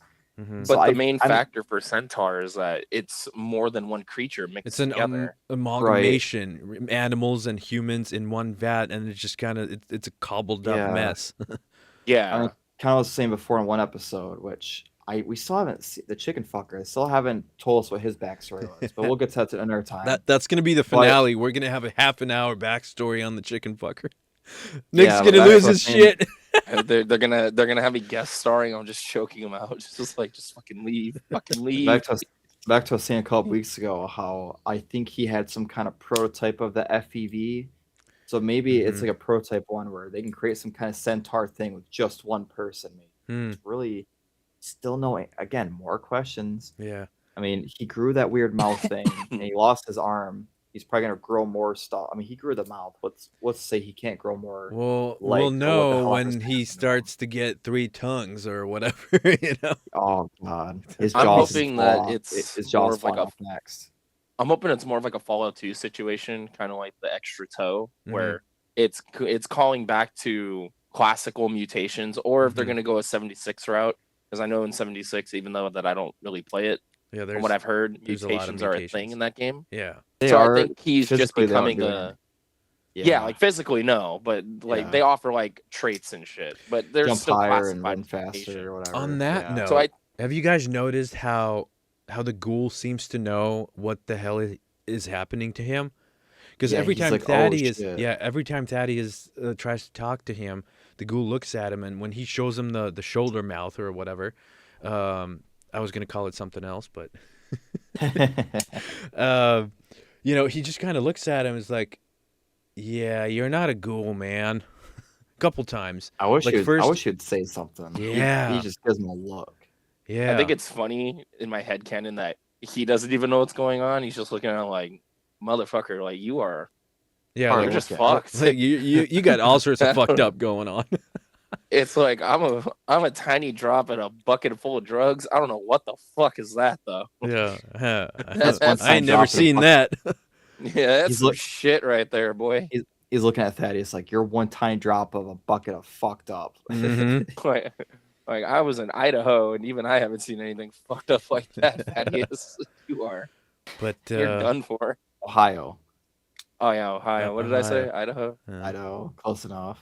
Yeah, same thing. It's they both got O's. But yeah. So I mean, if we're leaning Harold, where do we think that he's gonna fucking root in? I think it would be funny if the Brotherhood like captures him for information, and Right. now he's just rooted like wherever they're hunkered down at their base. Right. And I was just stuck like, there. yeah, like hey, we got this mouth tree thing. They're Guys, gonna you worship water me, him. come back. Thaddeus is gonna become a deity that the new Brotherhood's gonna worship. It's an abomination. I think that would be kind of cool if it harkened back to how the Masters mutation Right. went. I So was gonna say, what else would he? That's potential too. They could put him in like a supercomputer thing. Who fucking Mhm. knows? But then again, like we already got that theme going on with House, so it's just like, with the head. right. yeah, but he's more of like just a basic human uploaded Mhm. until we see if his body is around or not and if he's Yeah. alive. Mhm. Possibly uploaded subconscious into an That's AI what I'm- system. That's I what I'm see. betting on. Versus like the master, it's a living consciousness that has melded with technology. Mhm. So I would Yeah. like to see if maybe that's where it's going. But I think my main takeaway is that I'm happy that it's not a ghoul or a super mutant, just because of the fact that from what we know, it would just throw a lot of lore for those two Right. species Yeah. in specifics out the It's- window, because Mhm. now anyone can become one just from like a random mixture of things. Right. So I'm hoping it's just a full-on FEV mutation, and it's nothing specific, just Mhm. full-on mutant, which Right. I think Fallout needs more of. Just give me more mutants. Yeah, Yeah. I think it's some experimental fucking thing. Mhm. I'm still gonna stand by the chicken fucker dude was somehow involved with the making of the FEV, or he stole it from whoever made it. Because like, why Mhm. else would he have that and know what it does? Like, he has some Yeah. part in That's true. making it or stealing it. Because like, Mhm. where else would he get that from? Mhm. I still want a backstory in him too, because he obviously had a lot of trauma he wanted to forget that made him who he was. And he looks, even when in that suit, he looks rough. Yeah. When he smiled, I'm like, please stop doing that. He looks a little spent for sure. He's rough looking. Yeah, I hope we fucking get some kind of story for him. Mhm. He's one of the only side characters I want a conclusion for. Where's Fisto? Bring Fisto back. Bring Fisto in the final battle. Or, just give me the Kings or the Boomers, or, something substantial. It's just Somebody me. say the Kings. Right. Well, I would be fine with them because we already seen them. Boomers, it would be just kind of like out of They don't have a reason. fan It'd be cool to service. see them, It like would you be said. just like Yeah. pure fan service, and I can already see that. Yeah, Not the really followers fitting in. Apocalypse. The Yeah. followers I see, they're already in free side. They can't just not even glaze over them. Like, it's like they haven't even shown the Mormon for it. Yeah. They walked past everything else. It's like Mhm. they're in free side. Like, you haven't Mhm. said a single word about them, really. Unless like Like, I'll sleep a little better knowing, how the season ends, and if obviously we're not wrapping everything up, then it's more than likely that what we haven't seen this season, we're going to see in the next. So Yeah. So I still reserve my judgment for that for next week. Yeah. But at least set it up for season Mhm. 3. Be like, hey, give us a glimpse. I don't know. Yeah. Like kind of like season 1, they showed the Deathclaw skull and they showed the fucking Vegas, obviously. Yeah, so. I wonder what kind of a setup for season 3 they're gonna have, because how the hell do you top that? Yeah. Texas. Texas. I mean, yeah, no, man, that's crazy. But let's take a little break. Just I'll be right back. If you guys need to, use the facilities or whatnot, go ahead. Oh, these are hurting my ears. It's like pressing my headset. Oh, fuck. Oh, it's a lot brighter in here now. Oh, fuck, yeah. I don't know where the fuck the seasons go, man. There's so much shit they can near fucking wrap up. I'm hoping we get decent conclusions, but just like a lot of things that I end up watching, I will still be judging it pretty harshly if it seems like it's not doing what I'm hoping for a show to do, which I know sounds kind of like shitty, but as a viewer, I want to have some satisfaction in knowing that I understand what's going on. And even if they throw me for a loop, just knowing that I could probably get to that conclusion, or that the conclusion they're reaching is reasonable or realistic in the context of what's happening in the show, would make me feel better. I'm just not getting that right now. I think that's like one of my main issues with this season. There's just nothing substantial. It's like it's just throwing stuff at us to keep us interested. It's not wrapping anything up. It's like, it's funny because in the main Discord that we have for the event, we have a spoiler section. I know people are usually talking about the show the minute the episode drops and they get finished with it. I have been so scared to like voice any of my opinions in the spoiler section, because I know a lot of folks would just be like, you just don't like it because you don't like anything. It's like, I just want to have an actual conversation about it. Yeah, like you said, it's like you have to you have to criticize something you love if you want it to be better. And I hope they prove us wrong, and they tie something up, or they give us some answers, or they like season 1, they wrapped up season 1 and they're like, oh shit, we got fucking New Vegas coming next year. I hope season 2 ends on the same kind of note as that. That's all we can hope for. If they do that, I'm hoping that it doesn't become like the standard going forward, because I know they want to do at least 3-4 seasons at the most. I think we're getting another 2 seasons for sure.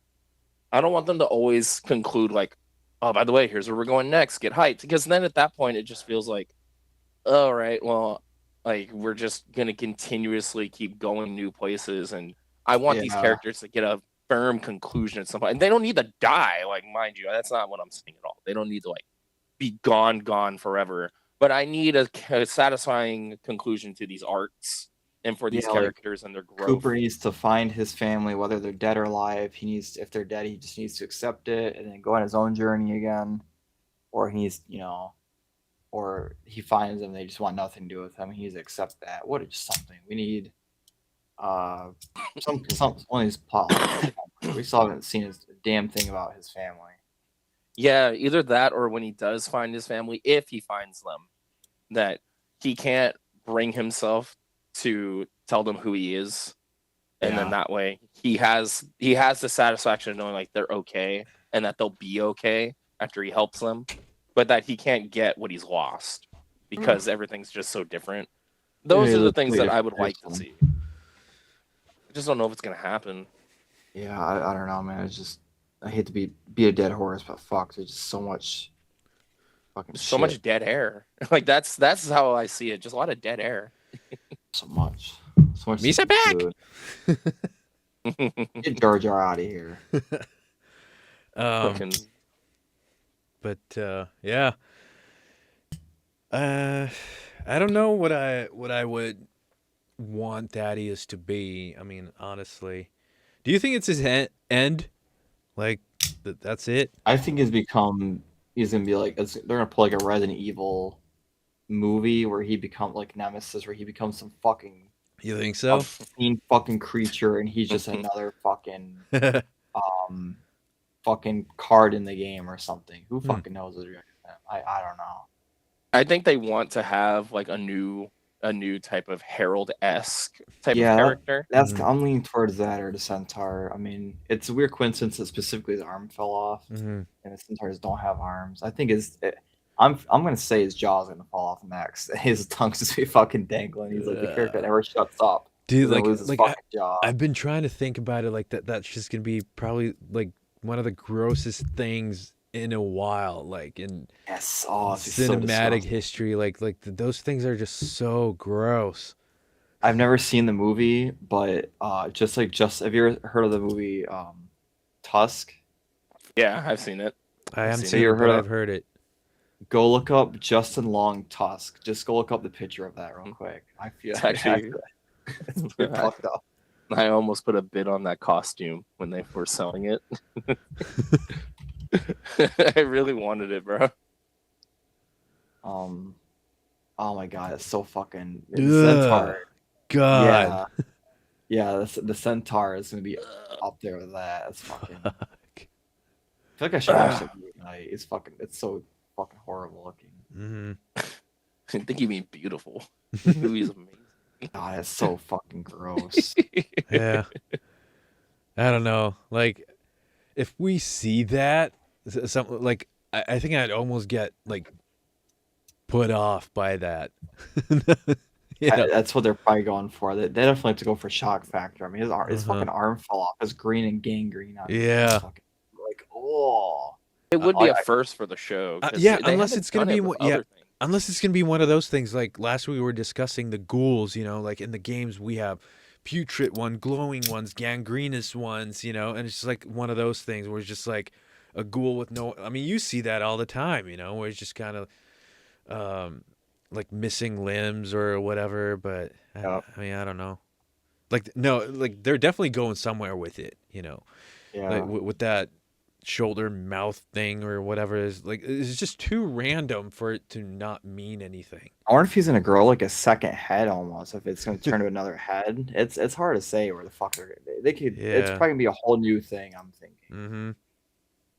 Which I wouldn't hate it either because I mean with radiation and like all sorts of elixirs and serums or whatever, it's just like it would totally make sense. Like you can mix up a whole.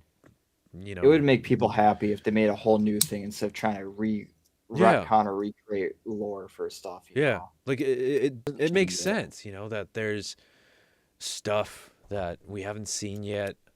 I mean that's why I always struggle with that when people say, I mean, be it Star Wars or anything beloved, right? Where it's just like,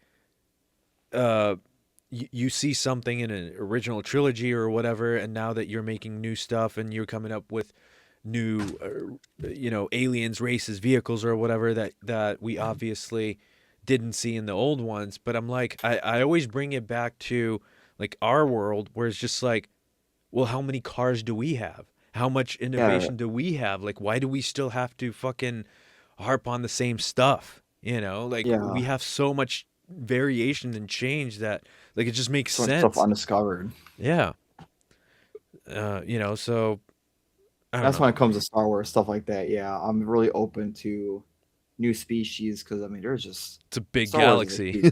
Yeah, and Fallout is a whole, it's a whole world. It's like 200 years of stuff mutating and all these government secrets and stuff. It's like obviously Area 51 surprised there wasn't more weird stuff in there, to be honest. Which totally opens the. Yeah, go ahead. Oh, go ahead. I was just gonna say because the Area 51 thing is a good point because they brushed over just like a lot of things that people would probably want to see get touched up on. Like I know the Zedon thing was a whole bit for a while now, and a lot of people could like leave or take the whole aliens and Fallout. I personally like it. I like it too.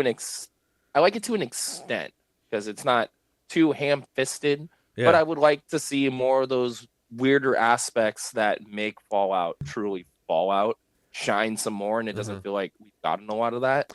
And mutations also being a big part of it. Right. And I think that opens a door to the whole Enclave thing, and it would make sense, like, where all these weird experiments would go on behind that door, and if we're in fact going east, in later seasons, yeah, I'd love to see that, like all that setup, because now that we know that the Enclave or the U.S. government, then the Enclave was the one behind the the strings that are attached to vault-tec. It just there's so much that you can do with that side of the story, and I'd be down for that. Yeah. It's just let's move away from the familial aspect of Fallout, for crying out loud. Let's introduce some new stuff. Yeah. let's just have the ghoul find his family, and that's it.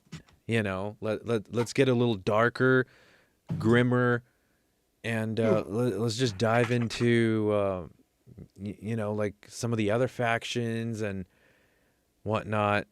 I mean, I think the Enclave would be my number one recipient for that. Yeah, because we didn't really, like I said before, we didn't really get much of them in season 2. They touched them a little bit in season 1, a couple flashbacks with the dogs. Still don't know what they were doing with the dogs, by the way. Never got that answer. Right. Well, it's just what's the dog's name in New Vegas? CX-404. Oh, no, Rex. Rex. There you go. So that kind of, because like, I mean, he's got the bionic limbs, right? Yeah, and all that. They could be test subjects for that. Yeah, it just kind of harkens back to that they whether it was for combat or to have them as obedient, trained companions, or yeah. Speaking of dogs, a dog has appeared here. But yeah, no, like I would definitely love the Enclave side of the story, or just the ongoing relationship between all the big ones. Just kind of, show me more of that, like behind the scenes of that. Like, I don't know, Repcon, Big MT, or whatever. Just show me the machinations, of these big wigs.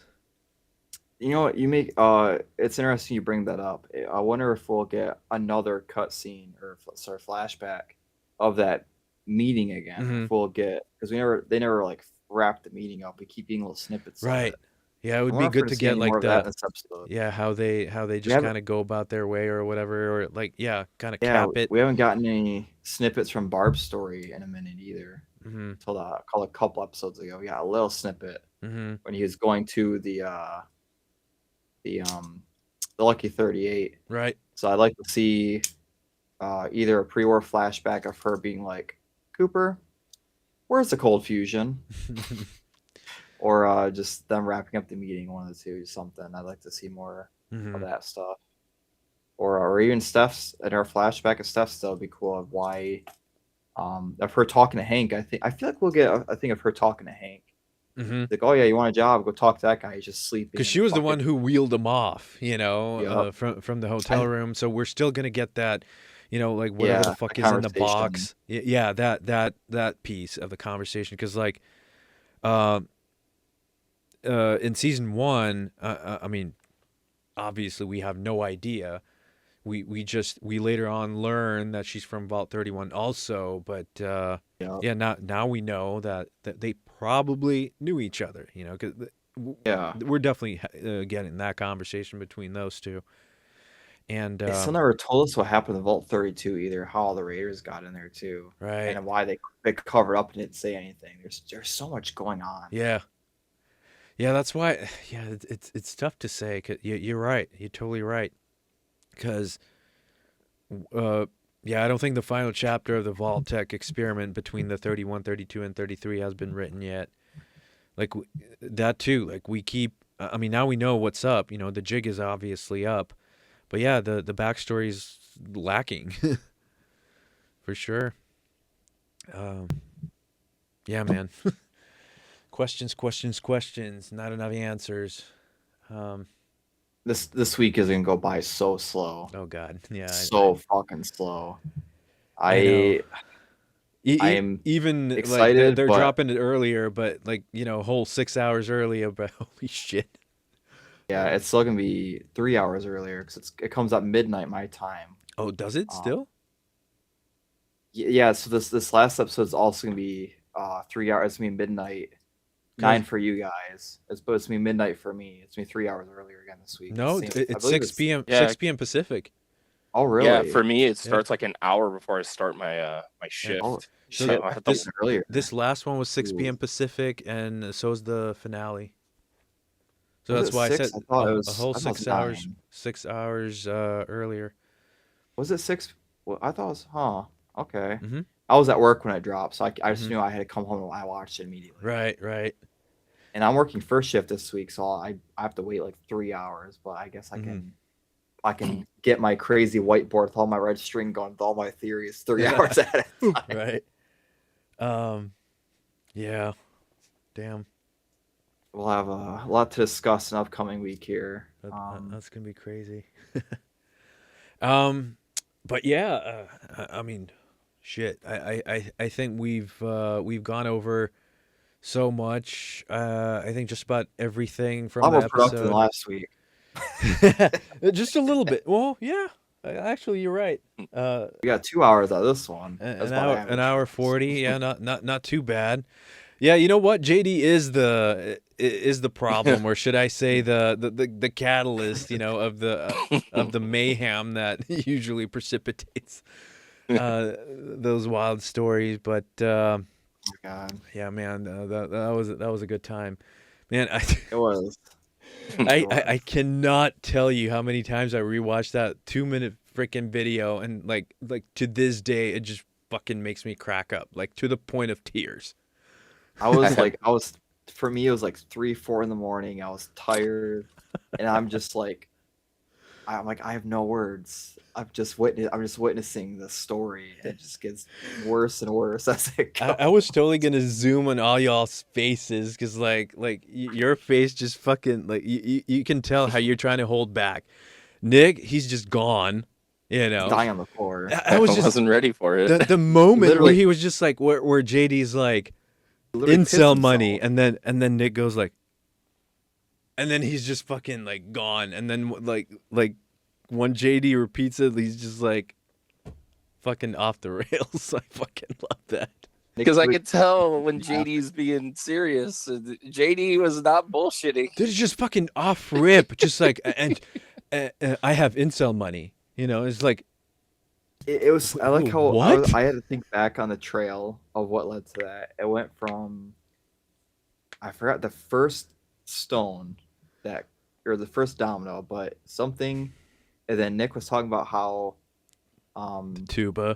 Oh no, JD. Okay, no, JD said something was said, and then JD's like, "There reminds me of a time I was at this con, and I had to cut my shit underwear off at a Comic-Con." Like, that reminds me of the Tua story. Then went to the fucking fart story.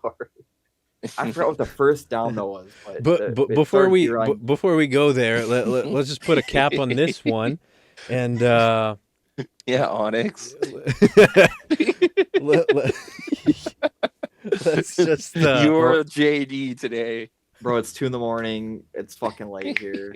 Listen, I'll give you the room just in a little bit, but we'll be back next week for the final episode of season 2 of Fallout. So we should have a full house for that one. Pun intended. Right. I believe that Fallout guy will be back. JD should be back. So I got the whole gang here. Everybody's got to hop in here. I don't care what you're doing. Cancel it. We got to have the whole. Yeah. Yeah. We'll get some little cards we can hold up to take turns speaking. There's gonna be hopefully a lot of us. I know it's gonna be like we're gonna have to come up with an item, and just whoever wants to talk. Pass that along like a pipe or something. Oh, there you go. It's just a random pipe. Everybody Everybody print out an NCR figurine and then just flash it on the screen. That's how you know you want to talk. That's gonna be the raise hand type thing. A miniature figure. I'll raise you on. All right, guys, it's my turn. There you go. You know, and then fucking JD shows up with his star scream or whatever. Everybody's gonna have their dedicated item to hold up once their turn to talk. Yeah, but yeah. So what was that? Oh, Jet. Yeah. Fuck. What am I gonna choose? It's got to be something outrageous. The Thirst Zapper maybe. Thirst Zapper. Yeah, I got it over here, but I don't know. Something Nuka theme, something on brand for you. Right. Like I put on my helmet every time. Got to put on my thinking cap. Right. You're a fucking lunatic. I'm a lunatic. Yeah. So whatever we got going on this week, I don't think much has changed. Codes are the same thing. Is it Onyx Save 3, right? Yep. 5. My old one expired. It's 5 now. Oh wow. Also, you what happened to 4? It was a weird. You just going. Speaking of codes, odd numbers. You can use. Speaking of codes, you can use one of our codes to get that sweet quantum hoodie that Marty is wearing. There you go. It's so nice. Like it's probably one of the nicest hoodies I've got in a while. I was gonna ask you about the quality of that because I'm thinking about getting it. It's kind of like, you know what it reminds me of, like a heavyweight Carhartt. Okay, I like us Michiganders love our Carhartt. Yeah, so do I. Whenever I work in the mountains, I swear by that shit. All right, I'll take your word for it. I mean, pick up the quantum hoodie. It's and you have like thick screen printing, you have embroidery, and like the big logo in the back. It almost reminds me of like a little, like a carpet texture. You know, like a lot of different textures. It has the checkered, inside of the hood. Like I'm really happy with it. Looks really cool. Yeah, I was gonna wait till some reviews came out before I order that, because I'm like, I know sometimes on some of their shirts the quality and the blankets aren't the best. It's just I was waiting. I'm like, a lot of the shirts. I mean, all of the shirts are print on demand. So it's like, I mean, don't get me wrong, I like their shirts, but they tend to be a lot more basic. Especially with the designs. The shirts themselves, I mean, they're not too bad. I mean, so far all the designs are holding up pretty good. I think I specifically heard the Mr. Handy one that was not very good quality. I think there was something about, because there was a batch of shirts that popped on Amazon. A lot of like even Nuka-Cola shirts, but again, the designs were very minimalistic. I never got any of those, but those didn't even make it on the Bethesda Gear Store, so that's why I'm thinking like it was coming from somewhere else. Yeah, but the hoodie's some of those nice. Amazon ones are cool. I like the Novak one. I probably will get a couple of those Amazon ones. There's some cool ones on there. Right. They have a white. white. If I get a gear code, I got to work on getting one of those. Dude, like all it takes is to sign up. Just sign up, dude. Yeah. There's a white NCR. I've tried before. It never works. There's a white NCR hoodie they have on Amazon I want. Right. Yeah, there is a classic Nuka-Cola hoodie on Amazon that's like, I believe it's red, but they have the one, it's black, but they have the oval Nuka-Cola logo on it. I mean, that one's pretty cool. But man, this one, I'm super happy with it. Like, I'm gonna have to grab it. I love it. I don't have any Fallout jackets or hoodies or anything yet. This is my first one too. Yeah, I was exactly in the same boat. That's why I went for it. I was saving up my my gift card money for the Pit-Boy or whatever, but I was like, that hoodie's nice and it's just freaking calling my name. So I picked up a bunch of other stuff. I picked up the Stein, the Sunset Sarsaparilla sign. I do have one on pre-order, but I still haven't gotten that. So that's why I picked up another one of those, another set of the coasters, and something else. Yeah, I was thinking about getting a second. I do like the coaster, the Mike Ginner set. I have a gift card too. I cashed it out and I got my code on there. Right. And I'm like, I do have a lot of Fallout stuff. I was trying to get some Doom stuff. And I saw that motorcycle jacket. I was this close to buying it, and I saw it ships June 2026. I'm like, gotta wait a little bit longer on that one. Yeah. That's been on the store for a while too. So. I heard a lot of the pre-orders got pushed to June 2026. Yeah, I'm waiting on that jacket. It does look nice though, so I'm gonna wait on that. Mm-hmm. But yeah, I kind of figured that the Pit Boy is gonna stay on the market for a while. You know, I mean, Yep. it's They what might restock the other one. yeah, it's gonna be on pre-order for a while too, and then I don't think it's just because it's $100 more expensive than the other one. Like I think it's It gonna does do linger a lot for a more while. though. Yeah, It does do a lot more. it does. Like It does I have the like that mini you can. games and the It's screen's bigger. the screen The jitter. fact that it changes between Fallout 3's map and then New Yeah. I was Vegas' just gonna map as say well Mm-hmm. with the it's got color all the. schemes. I was gonna say it's got that. It's got the screen glitch. Yeah, What else was new on it? Oh, the Geiger counter. You can. it's move gonna it have a to stop. flashlight too. It's gonna have a Yeah, flashlight.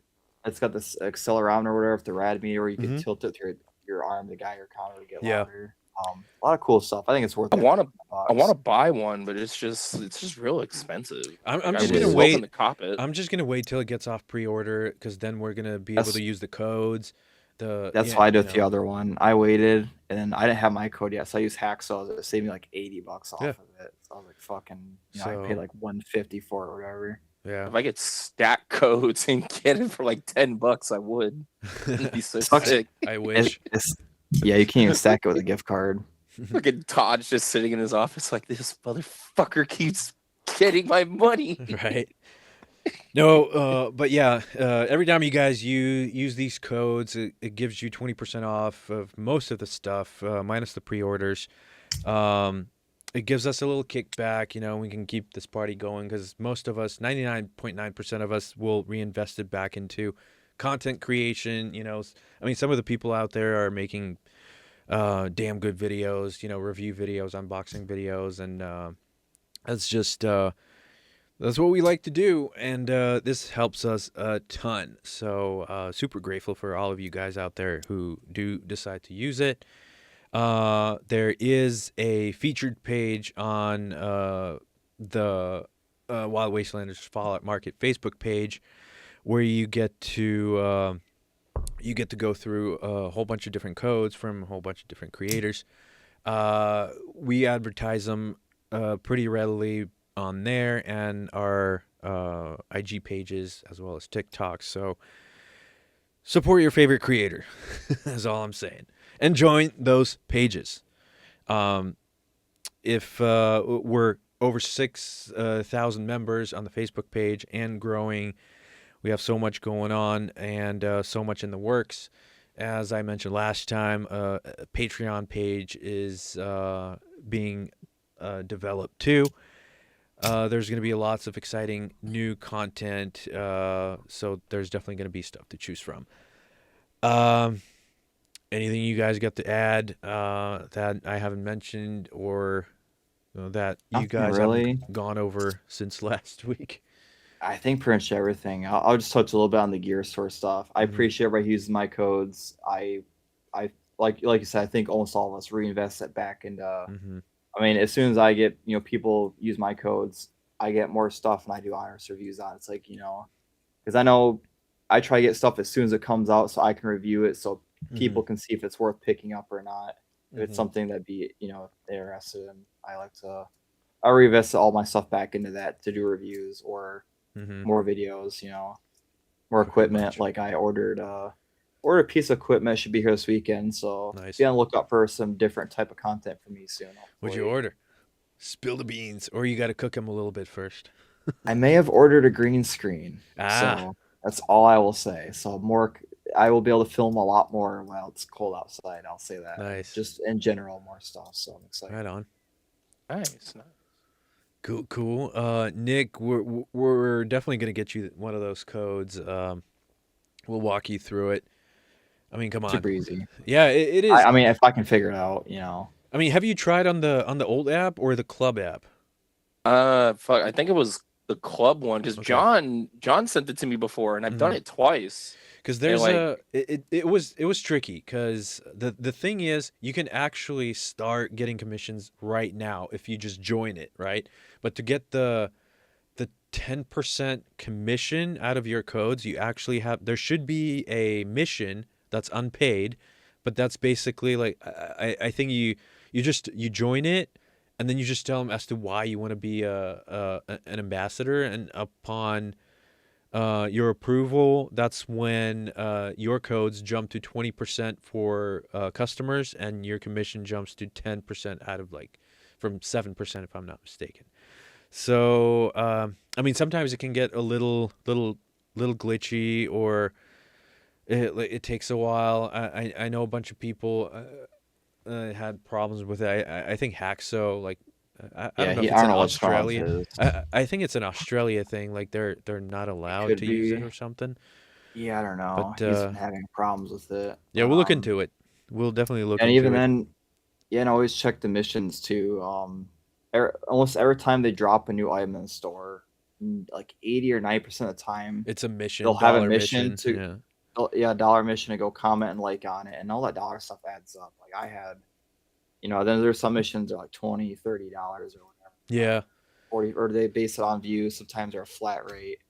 Like The views ones, I'm not that much of a fan of, because like my yeah, stories don't it's get hit or that many miss. views.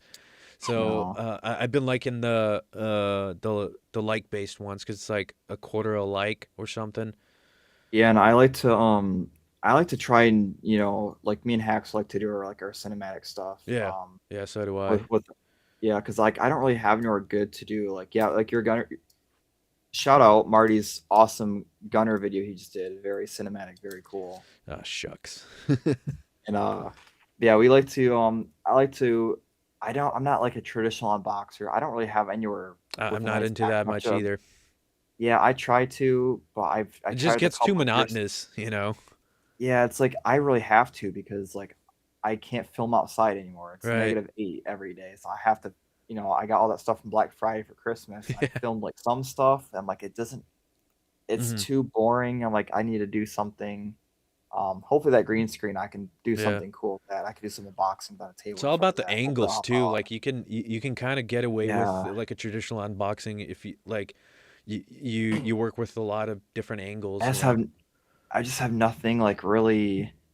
I don't really have a space with good lighting, so like Uh-huh. I'm gonna have to do it like I said, I'll probably have to do it in like my garage with like my green screen. Hmm. I can just put a table and I can just put a background behind it or Yeah. something and get around that, because I don't really have anywhere to The really film that kind of stuff in right, my the way house. you can kind of get away with it is if I mean, I don't know if you're predominantly using your phone, but you can basically punch in real close with a really shallow depth of field, so all your background is basically blurry, you can't see I it. thought about doing that too, yeah. And that takes care of most of it, you know. And then just all the different Yeah. angles, you just slap it together for like a 30-second video, and it's gonna have a totally different feel. I did think about doing that the other day. I'm like, I could just blur the background. Hmm. Yeah, so green screen definitely help a lot. I'm trying to do because I got so much stuff to unbox review. Like I Hmm. got that gold sarsaparilla star set, which I have a Right. bigger Same. idea for that. I actually have a whole. I don't know if I want to say. I got a cool thing planned for that. Hmm. It's, I do it's just too. I want to incorporate the sarsaparilla bottles into it. Like I have a yes, whole yes. I was like. gonna say the only thing I'm gonna say is that it's very sarsaparilla coated. It's gonna be Hmm. uh, not gonna say much else. It's just I've it's been the background cooking. I've got a lot of little projects I've been slowly tinkering with as I get time. Nice, It's just so nice. hard to do stuff when it's cold here. I try to wrap up as much stuff before it got cold here as I could. Um, Oh I shoot! need to. The Nuka-Cola rugs got restocked. Oh shit! Go go go! Use code Onyx A5. Go go. Seriously, because that's just like what, $100? For a That's rug? Like, is it a big rug? it's like a, let's see, a shout out to Spencer who just posted it. It's I don't know. I want to say, oh, let's see, I don't know 36 if inches, so 3 feet. Okay, that's pretty decent size for a It's rug. 85 dollars, and it's in stock. Apparently, there's only like 13 of them restocked. God damn it! I just Let me used see if my it's the one fucking I'm money. thinking of. It's the 13. bottle Let's see. cap. It's the Okay, bottle it is cap. the one I'm thinking of. Mhm. Okay. Um, Honestly, I don't even know where I'd put it. me neither. Definitely not on the wall, because no wall real estate at all. I No. can't put it on the ground because the chair would just, get caught up on it. I think they restocked a couple things. Was that LED wall art? It's still They there. just restocked it? Okay, I'm like, I remember seeing that a couple days ago. It's been there for a while because I mean that thing's like $150, and I can totally understand why. I mean why it's been there the whole time. That rug is nice. If I had someone put that, I would get that. I like that a lot. Sarsaparilla one, please. I know. This is, and I mean, I don't even want to call it criticism, but like I wish there's always so many great ideas, and you only wind up with like a one-off. So like they could do all the rugs, sarsaparilla. It's just like I don't know if it's a implementation issue or if it's purely driven by demand or whatever. But or if it's like from a practical standpoint, like is anybody gonna collect freaking 20 rugs? No. I feel like they probably do the very like the most iconic ones. Yeah, like Quantum, sarsaparilla. I like to see more Vim stuff. Do you? Like I don't really care for Vim, to be honest. I think it's very underrated. A lot of people like Far Harbor. There's nothing for Vim except I was surprised we got that one coaster. Even. Right. I was gonna say like that's pretty much our first exposure to Vim merch. I mean, I could be wrong, but I hope they do another. Yeah, I hope they do another wave. So like the billboards, they release like more signs for them. I hope they do something similar with the coasters. Yeah. Where they come out with a like the Nuka Orange, the dark, the cherry, and like the gray. See, I need all of those glasses though. Yeah, so they go great. They'll go great. The coasters, it'd be a reason for them to make more coasters. I need all of those glasses because, like, I mean, I gotta get them all too. I think they restocked the tote bag too. I don't think that was in stock the other day. Oh, really? That would mean that mine should finally ship then. That white one that says Vault Forever. I don't remember seeing that. That one, dude. I was so like. Are you talking about the messenger bag? Yeah, but the tote bag, I was like, why does this shit need to be on pre-order? This is freaking $13 bag. Yeah, like, really? Why do we need to build a hype around that? Which do you guys like the tracksuit? I'm not. I don't mind the pants. The shirt's a little much for me. I'm not. Right. I'm not really in tune with my Russian roots, so I don't know if I can pull off a tracksuit. Right. Little what is it, behind enemy lines kind of thing? They're doing the Slav squat. Yeah. The pants don't look bad. I do really like that mouse pad. I need me that beanie though, the NCR beanie. That one's cool. I wish I could wear beanies. Some reason my hair does not like it, no matter how short or long it is. Shave it off. Just irritates. Well, I tried that. There you go. I tried that when my hair is super short, like cut down to like a one guard, or like I have my hair long. My head always gets itchy and I have beanies. Go bald, bro. Yeah. You can pull off being bald. I can see it. Just do the buzz cut like me. I guess I need to do it for Boone. Yeah. Do it for Boone, buddy. I did have my hair cut pretty short. It was about, I guess it was longer than Marty's, but it was like on the sides. It was about the same length. I'm gonna dig it up, put it in there in post. Onyx with the short hair. Right. Yeah, with the posters, I mean the billboards. I kind of wish they came up with a third design for the billboard itself. Yeah, so the actual billboard itself is different. You can swap out the signs. Yeah. Because I don't have the first one because it's kind of like what like a wooden board kind of a thing. I really like the series too. I did get that one. Yeah, I hope they resell the cards from the first release of it, and you can just buy a pack of like I like the idea of them just come out with a pack of just the cards. I thought that was really cool. I was pleasantly surprised when I got my billboard that it wasn't just a piece of paper, but they're like vinyl cards. Okay. Yeah. It just seems too much for me. It was on sale for $50. I'm like, that's still too much. I'm sure it's probably resin. It is. It has a pretty good weight to it. The Ranger statue. Okay. Yeah. Ranger statue's got some heft to it too. I was surprised. I mean, I got it again. It was part of a sale. Full disclosure, commission money all the way. Because I probably wouldn't have bought it, out of pocket. But when I got it, I was like, okay, this is pretty nice to look at. The only gripe that I do have with it is just like it's totally out of scale. Because like the scatter that you get beneath the billboard. So you have the iBot, a Nuka-Cola, and something else. It's just like it's so big for the billboard, or whichever you want to think about it, or the billboard's way too small, But Right. but despite that, it's all nicely detailed. So Okay. I give it a pass on that one. Yeah, I'm still trying to figure out. I have a gift card. I'm trying to figure out what I was gonna get that Doom Moto jacket with it, but I'm like, man, it doesn't ship till June. I'm gonna wait. I don't. There's some stuff on there. Like I want to get some Doom stuff. I don't really know what I want to get with my gift card. I don't know if they expire once you generate the code. How long you got to use it? I usually use it right away. Yeah, so do I. I don't want to risk things. I kind of want to get that Lucky 38 mouse pad. I'm thinking about that. See, I might get the Quantum hoodie with it. Yeah, I need him to bring back the Nuka-Cola ones, the desk mats. I missed out on those. I really like the one that Corsair offers with their bundle, because like that's a unique one. Because there's two designs for the original Nuka-Cola.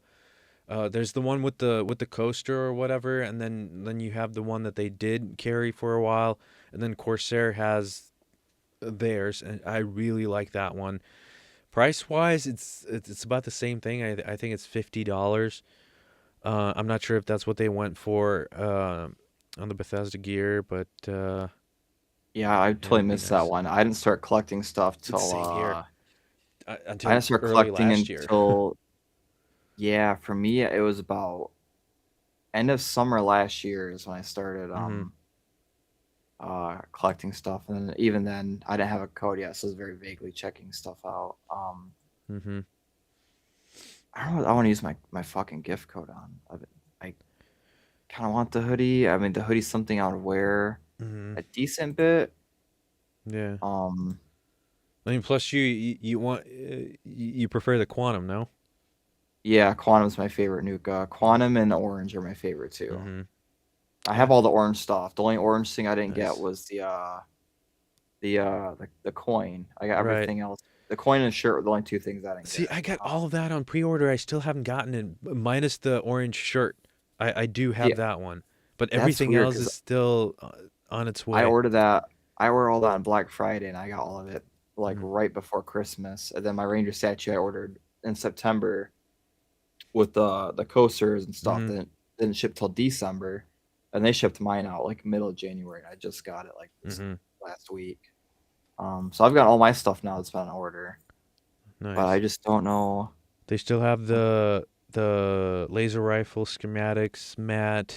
Yeah, I like that one. The Lucky 38 one's cool. The helmet statues, they seem cool. I just don't want to pay that much for them. I can honestly just 3D print one. And the Mr. Handy, I don't like that disc below him. I know that they can't really hide the magnet and anything else, but I just don't like it. It just feels looks a little cheap. Yeah, I saw it in person at Good Springs. I'm like, it just the big thick disc being below him, I just couldn't. It just broke the immersion for the floating thing for me. An eyebot would be a lot I'd probably rework it into something else. Yeah, an eyebot would be way cooler. Let's get an Eddie eyebot. That'd be fucking sick. I'd buy that. I think everybody would buy that immediately. That'd be an instant sell. Or a power armor with a jetpack on. I think that'd be fucking cool too. Nick, I don't know how that would work, what is it that you really want, or what you would really buy out of the Bethesda gear if they came up with it?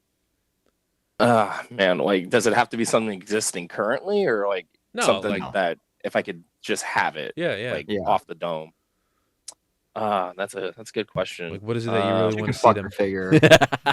Fucking. I said better myself, chicken fucker. You know what I would want actually, because I'm actually a big Doom fan. Because that's one of the first shooters I've ever played growing up as a kid. I think it was between that and. I'm a casual fan of Doom, just a little bit. I would kill if they released like a line of like the different versions of the super shotgun throughout the different games. Okay. And like they're designed from each series. So like the classic Doom 2 shot double barrel, then you have Doom 3's Abomination Workhorse double barrel, and so on and so forth. I would buy the shit out of that. Right. Like if it was just like a placard and like they're all on there. Or like these little miniature ones you can like set on your desktop or something. Cool. That'd be cool too. Well, kind of what they did with Fallout with the miniature stuff. They did a laser rifle. Loot they crate, did right? They did a sledgehammer, cool. super sledge. They did, it was like a 6th scale or something. I think they did the or 10th scale. Oh, what's it called? I think they did the Gauss rifle. Yeah, they did the Gauss rifle, the super sledge, a laser rifle, and I think there's the cryolator maybe. Something like that. I don't know. Yeah. The thing is, I would like some stuff like that. The thing is, like, and this is where I kind of run into a wall when I go to conventions. Like, I don't buy a lot of stuff just because I can make it.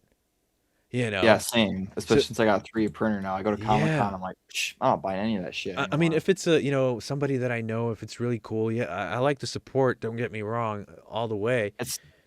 But it's just like a lot of the stuff. Something that's like unique. Yeah, like a lot of stuff I already make, or can make.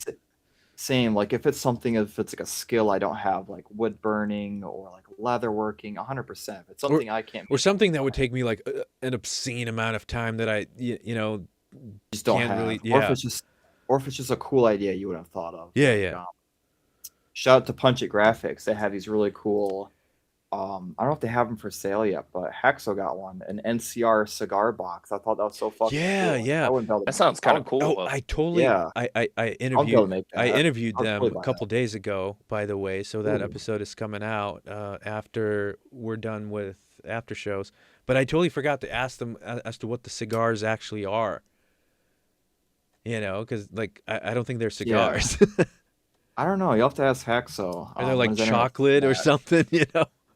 It would be cool if they had like their own like wine, or maybe not wine, but a limited amount of like special cigars. Because I recently actually San Francisco Sunrise. Yeah, something like that. Because I actually that's got the brand, into right? trying in Fallout cigars. 4? I think so. Yeah, the one that Kellogg smokes. Yeah. Okay. Yeah. Oh, I'm a cigar guy. Dude, I have a humidor right there. It's full of cigars. Fun I fact. got to try them like recently. Yeah. But Same. I smoked my first cigar last year at Comic-Con in my ODST gear. I don't know if I ever seen you guys. Yeah, I saw that picture actually fairly recently. Yeah, it was on my story. I'm sitting there puffing at my ODST gear. I'm like channeling my inner Sergeant Johnson. That was the first time I ever tried a cigar. That's awesome. I got to try an authentic Cuban last year because my friend's dad, he's like a big like cigar dude, and he's got like a hookup. He's kidding. Cubans. He's kidding. Obviously, he didn't get to smoke a Cuban cigar. No, they're legit. God damn it, Nick! Yeah, like I don't want to get shut down here. A legit replica, right? What do you mean? Oh, fuck that. They're old. Of course, I smoke Cubans. No, like I did too. You're not a few alone. years ago. We actually when I worked up in Mariposa. We had a couple Canadian geos working with us, and they had a conference in Cuba, so we had them bringing Cuban cigars. I'm trying to remember how he got them. He told me that he's just really into like the flavors, because he has like different ones, but he thought for our first one you should try like the real deal Cohiba. Regular. Yeah, and he like walked me through it. Like you want to get the taste like on your lips, and it's not about inhaling the smoke. It's about tasting the flavor. They're incredibly overrated, though. Like a lot of people think that Cuban cigars are it, like end all be all. But there's so many different other brands and that are I think it's one of those things where people just spread the word for so long, and it's like everyone else kind of caught up to them, kind of deal. Yeah, like how E.T. is a terrible video game. Now there's even worse video games out there. High Guard. But for sure. That's something I wanted to do for Good Springs, but I totally forgot to bring a whole bunch of cigars, and then like Terribles doesn't have anything. Like I was searching high and low. Hey, next year, buy a box from Punch It Graphics and bring cigars in that. And then I fucking learned that Old Man Liver has fucking cigars at the saloon. Yeah, you didn't know that? No, I didn't know that. I did. He has them like right in the front. Yeah, when you walk in. I saw it on the fucking video or some shit. I'm like, God damn. You could also buy ass jerky at the store too. Mm-hmm. Yeah, I'm thinking about buying like a cigar or two for year 5.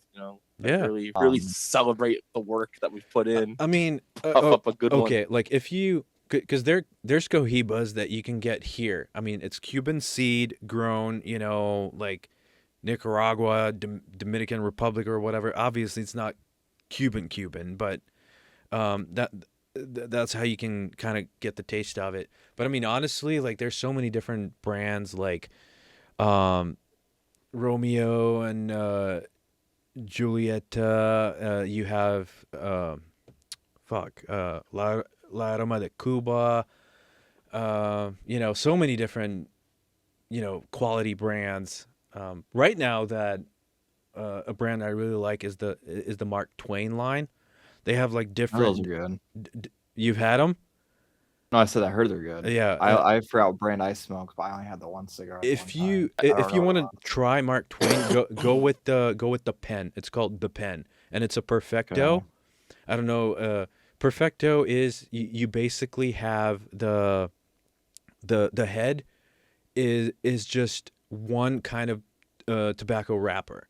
So the way you so for a moment you're getting basically a single origin leaf, and it's just like a totally different flavor because you don't get that filler of the rest of the cigar, but you just get like that one, just the wrapper. It's like if you've never had a Perfecto, because any Perfecto is going to be a good one because they're basically wrapped by skilled wrappers, right? Cigar wrappers. Like you have to M&M at the cigar factory. Mm-hmm. What? They have M&M at the cigar factory. Said skilled wrappers. Right. Hey, I don't know. Maybe. cigar in a box. Got my plug in my socks. Here we go. But yeah. I don't know how we turned this from Fallout podcast to a cigar lounge. I was talking about a Punch Graphics made the fucking cigar box. Right. Which, by the way, fun fact about them. So I actually met Mike before I was really in the Fallout community as good as I am now. I actually met him last year at, funny enough, that same con I was smoking a cigar at. Unrelated, by the way. But I was in my ODST gear with my buddy who also had his ODST suit. And we're walking by his booth. I don't know if Missy was there. I didn't see her. We only stopped by the booth the one time. If she was there, she wasn't at the booth when I stopped by. But yeah, we're talking to Mike, and I loved his artwork. I've seen his like Life magazine with like the Mr. Handy. I've seen that a million times, and the NCR one that they have. Now we were talking for a bit. I'm like, yeah, I got a Ranger cosplay. I'm just not wearing it today, and blah blah blah. And we're talking about Fallout for a bit. Super nice dude. And then way later on, when I won their giveaway with the Haxo poster. Oh, that's cool. I started following their stuff more, and then I was kind of stalking their pages one day, and I'm like, hey, that artwork looks familiar. And then I found his a picture of his booth at our con. I'm like, I met them before I even like knew them. It's funny. Same story. Yeah, it was like we ended up buying stuff from them at LA Comic-Con 2024, and it wasn't until weeks after that I came across their page on Instagram or whatever, and then like it clicked. It's like, hey, we have mutuals. Yeah. That's so cool. I was like, no shit. And I ended up winning one of their giveaways too, the poster set. That's dope. The Fallout set. So it was the one with Missy on it, then the Vault Girl, and the Mr. Handy one.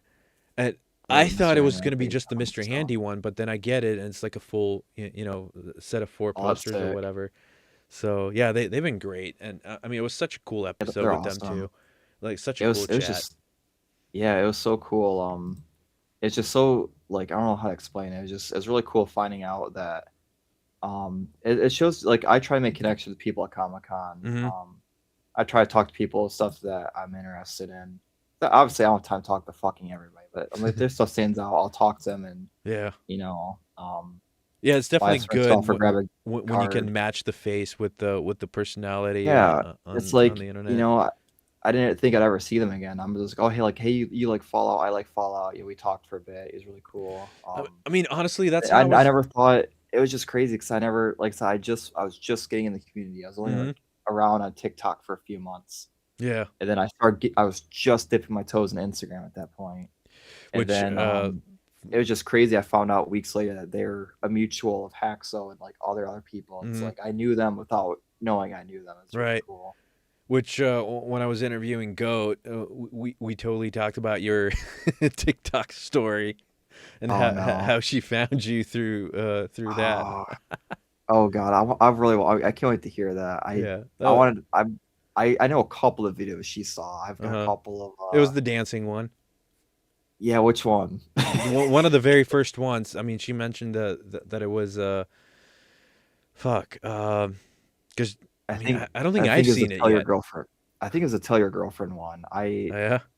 So very, very quickly, I fucking, if you guys haven't watched my episode, I don't know if I even explained it in mine. Long story short, I made TikTok get hold of people I met at Comic-Con. Didn't plan on being content creator. Just happened to make my Ranger suit. Made TikTok get hold of people. Threw a couple of videos on there for shits and giggles. They blew up immediately, and I got a wave of people who followed me. Which I also made an account the week the first season of the show came out, so it definitely pushed me to the front too.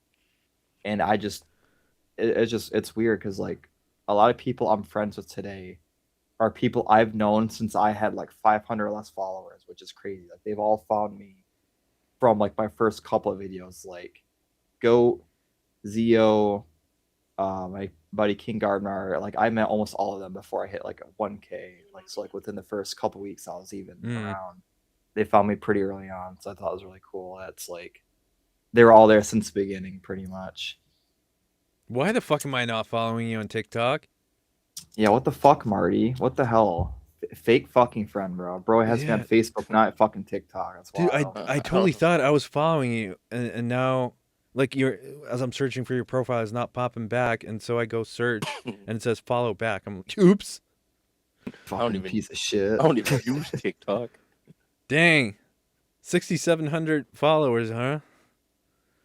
Holy shit, bro. Yeah, like I said, I owe TikTok's algorithm push. I owe it all to them. And then I wish more people followed me over Instagram. When I went to Instagram this last year, I started posting there more. I completely restarted. I was I've had my Instagram since I started cosplaying like 11 years ago. Like if you scroll all the way back, you'll see my very first shitty props I made.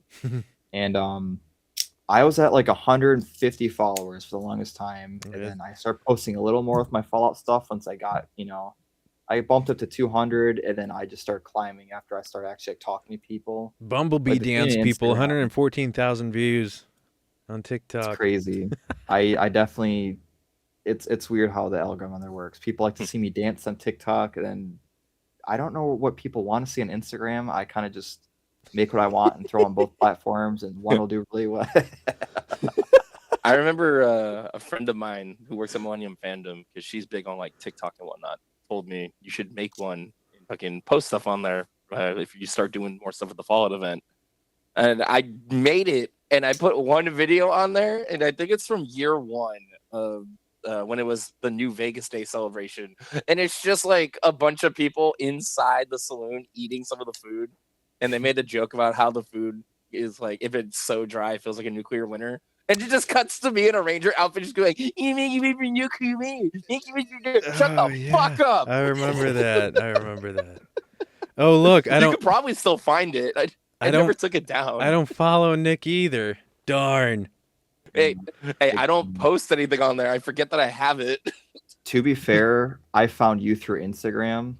And that's where I've always interacted with since, is through Instagram. So I mean, it's like where I do most of my work. I just can't handle juggling like different platforms. That's how I was. Myself to Instagram now because I get all the community. Yeah. On, like, honestly, that's how I was. And when we're talking about meeting people at cons or whatever, I totally was not wired like that. So I would go like before like cosplaying or anything. Like we would go to Comic-Con or whatever, and it was just like not interacting with anybody, and just like you leave, and then that's it. That's it. Yeah. Right. Like I was totally wired differently. Yeah, my very first con, I was just meeting people because it's my first ever Comic Con, which is when I made my TikTok. I made it like 2 days after that, and I'm like, I took a hiatus off cosplay for like 7 years. I came back full swing into it, as you can see, just been going nonstop since. Yeah. And I'm like, I don't have any cosplay friends at all since I haven't done like I have one IRL friend who used to build stuff with me, and he stopped cosplaying and doing all that stuff. So I literally had no one to do it with. So I have to find people at local cons. I have some friends, and I found out a couple people in the fall community in Michigan, like King Garbnar. Him, I play airsoft all the time now. Like, we're really good friends now and stuff. It's pretty cool. So. Oh man, I haven't played airsoft in a while. It's always a blast. Yeah, I what's the first con I met him at? He was at like the second con I went to, but I didn't quite know him back then. But then he told me about some airsoft stuff. So nice. Yeah, I mean my first con that I cosplayed at was San Diego Comic-Con 2024, because that was I'm kind jealous of you get to go to that. That's a huge fucking con. dude. It was like the reason why I did like officially started cosplaying was because we were finally able to get tickets for it after like 10 years of trying, right? Yeah. So I was like, okay, like I'm not gonna just go, you gotta dress up. That's how I was too. That was my kick in the ass, I was just like, okay, let's come up with something, and literally same. And it was just like, like I mentioned a bunch of times before, pretty much just the plain suit, thirst zapper, 3D printed Pit Boy hat, some leg pouch, and what else? I mean, that was pretty much it. And you got the bandolier yet? No. Or is that later? There's actually a picture on my Instagram where I did the evolution, and I put so the first iteration of it, then what it was at LA Comic Con of that year, 2024, and then Fallout Fan Celebration 2024, and it was basically what it looks like right now. But I put those three together, and when I first found you, your kit was like you had the cowboy hat, and your whole kit was like already done. Yeah, so it was like past Celebration of 2024.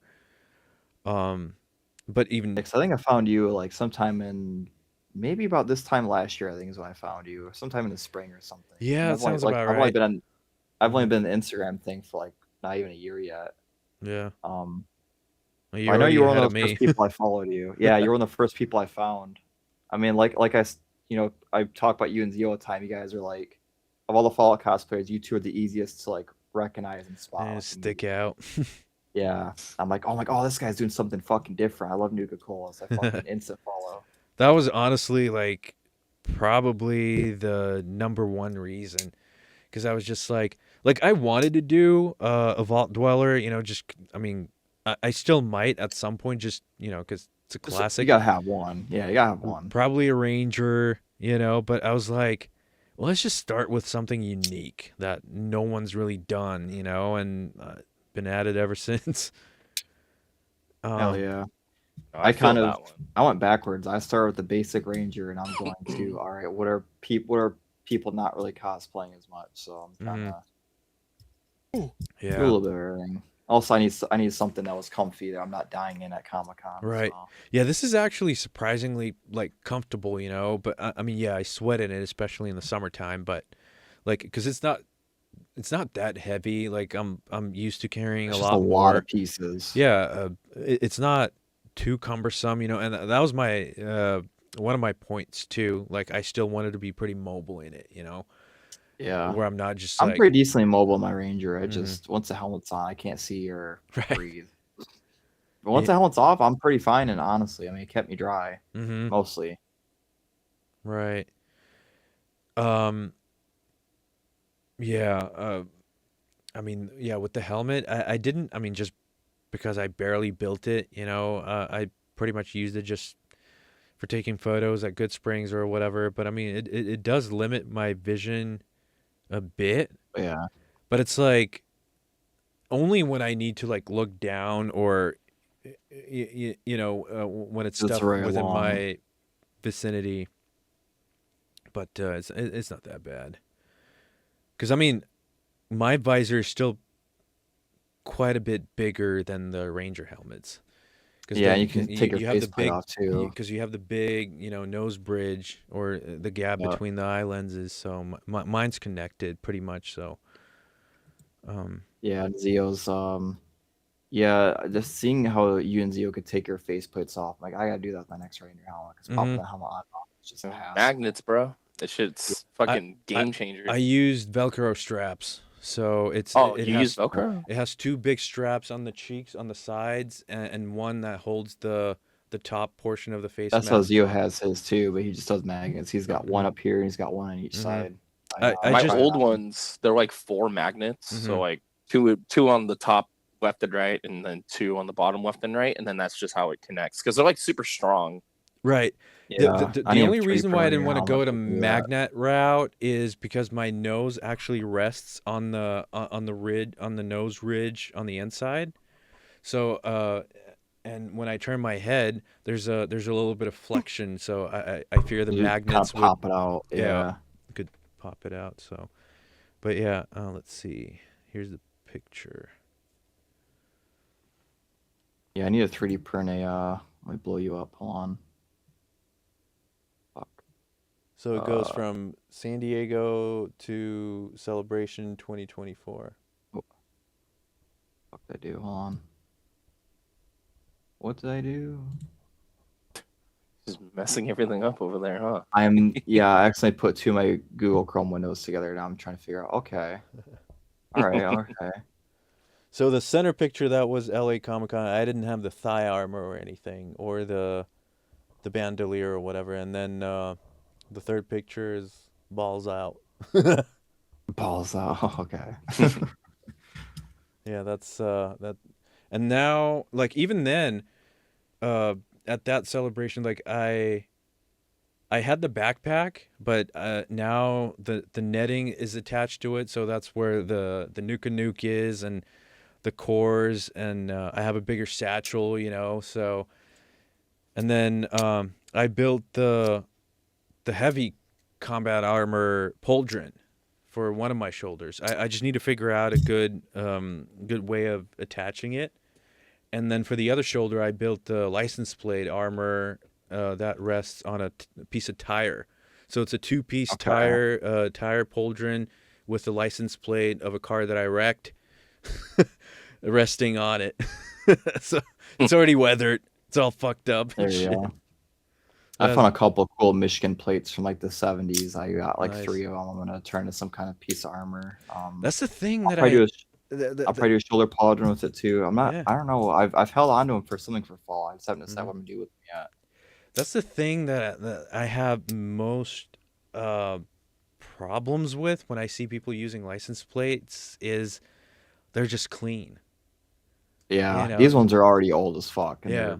But I mean, again, like, the 70s, I'm not criticizing it, like if that's what you want, like that's what you want. Like I wouldn't have done that, where it's like where it's too clean, but it's like, I don't know. That's why, and I'm kind of, I guess I'm gonna put a foot in my mouth here because, I think I'm finally gonna like really weather the suit too, because my thinking behind that was to kind of get the weathering on its own, which has started, like where I have the thigh pieces, you can see there's spots where it's just kind of rubbing through, and you can. I do. Just drag it in the dirt. I have a whole video on that, Marty. Did you not see it? I did see that, but no, I'm just gonna put it through the ringer. I'll do that. I'll paint it up. Where I use paint and all sort, like, there's gonna be a whole gauntlet that this suit's gonna, pass. I think it's gonna look a lot better, But then again, it just kind of further goes to show you that, because like this whole time I've been kind of treating it like an item in the game, because like I've been picking up pieces, as the months, years go by, so every con, it looks a little different. So. Yeah. Again, it's going to look a little different. Yep. Yeah, my Ranger's been the same way, actually. I think of it like I kind of add to it. As I get the ideas, but it's also partially intentional. Like I add in, like I mean, from my version 1, you see like that bumblebee dance and shit. That's my whole like version 1 of my armor, and I completely redid everything after that. Right. Like the coat I kept the same. I brought it in more and beat it up more and added some stuff to it. But the helmet and chest I redid, and then I added in the I added in like that belt I have. You see now it's got like the longhorn buckle on it. I added in the new arm pieces. I want to add a couple more pieces to my Ranger. I was actually thinking of incorporating. There's a couple things you gave me actually at Good Springs. There was that dog tag you gave me, and then there was and the bullet. The bullet. The bullet. Yeah, I want to incorporate that somehow. I'm thinking like you know what? Putting it on like a little string and have it hang off one of my belts or something. I like to incorporate that. Or you can do the cat eyes helmet band and put it behind that. Like that would be bunch cool of too. Bunch of items or whatever. Put like Big Boss cigarette box there too. Kind of go for that nom style, you know. I'm kind of already there with the writing on the helmet. Yeah, I definitely need to put some more stuff on the helmet too. Because I was thinking about doing that with mine too. Because like I did put the A-bomb energy Velcro patch on one side, but I definitely want to kind of like what I did with the cowboy hat. You know, like with all sorts of cards, pins, and just just things stashed on there. Yeah, I've been slowly adding stuff. I got a decent bit of stuff at Good Springs. Like I got that sarsaparilla star right here now. I got the as you guys saw, I had the Wild Waste, I had the Marketplace bottle cap on. I had the New Couture one. I didn't give you one of mine, did I? Because I came back with a whole bunch. I still have. Give me your caps, but I didn't get any pins from you. Right. If you did any pins, but I didn't get any pins. I'll send you one because like I have mine over here. Looks like this. Yeah, speaking of Spencer, that motherfucker was supposed to give me like all of your guys' pins, and he fucking didn't. Mexican Wastelander gave me his. Yeah, it broke off on my flight. Rest in peace. But he went to bed, bro. What is he supposed to do? He went to bed. Well, at Good Springs, we talked weeks before. He was supposed to give me his pin at Good Springs, Marty's, Haxo's, and whoever else was an admin. I was supposed to get all of your guys' pins. Dude, he didn't give me. He went back to his fucking car and never came back with the fucking pins. That piece of shit. I'm gonna call him out. So I got John one of the coins from Universal Studios, right? Like the Fallout coin. Every time I met him, I didn't have him on me. You told me about that, yeah. Yeah. So the night that we met, you know, it was the same night that I met John, but I didn't have him on me. And then when we went back to town the Sunday morning, I didn't think I was going to see him, but out he comes out of the saloon, you know, and he was like, "Oh yeah, I'm just going to put something in the car," but like, yeah, I had my fucking lunch pail full of caps. I was just fucking giving everybody caps, but not the coins. I had my posters with me too. I was going to give Spencer one, because I was going to send him one, but the shipping was like something ridiculous. So I brought everything with me, and yeah, here we are. Hell yeah. One of these Which days. reminds me, I got to send you the stuff for the miniatures. Yeah, I didn't remind you again. You kept forgetting to remind me. Yeah. I got to send me your email. I'll send those over to you. Yeah. But yeah, let's just wrap up the official episode, because this has still been recording. So for all you night owls out there, that's why I've been fucking trying to keep it somewhat interesting to talk about. Yeah, got some more in there here and there. So if you stuck around till the very end, thank you so much. I think we're somewhat interesting to listen to, right? Yeah, we got a decent non-derailed one this time. Like a solid almost 3 hours straight.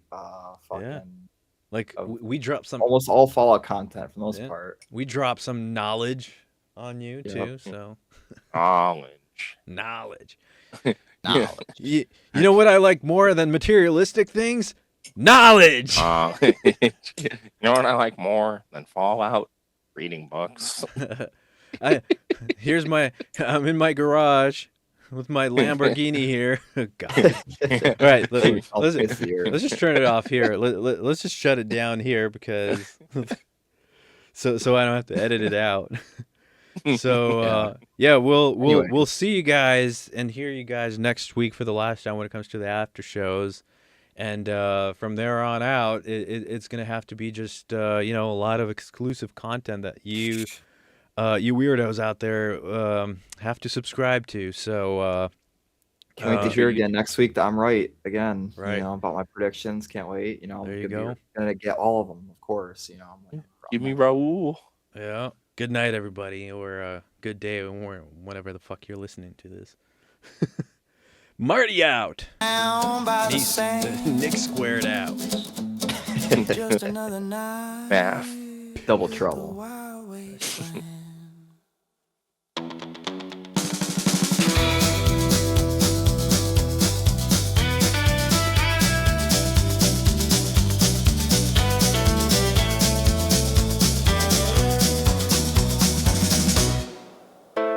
Chicken fucker in this episode.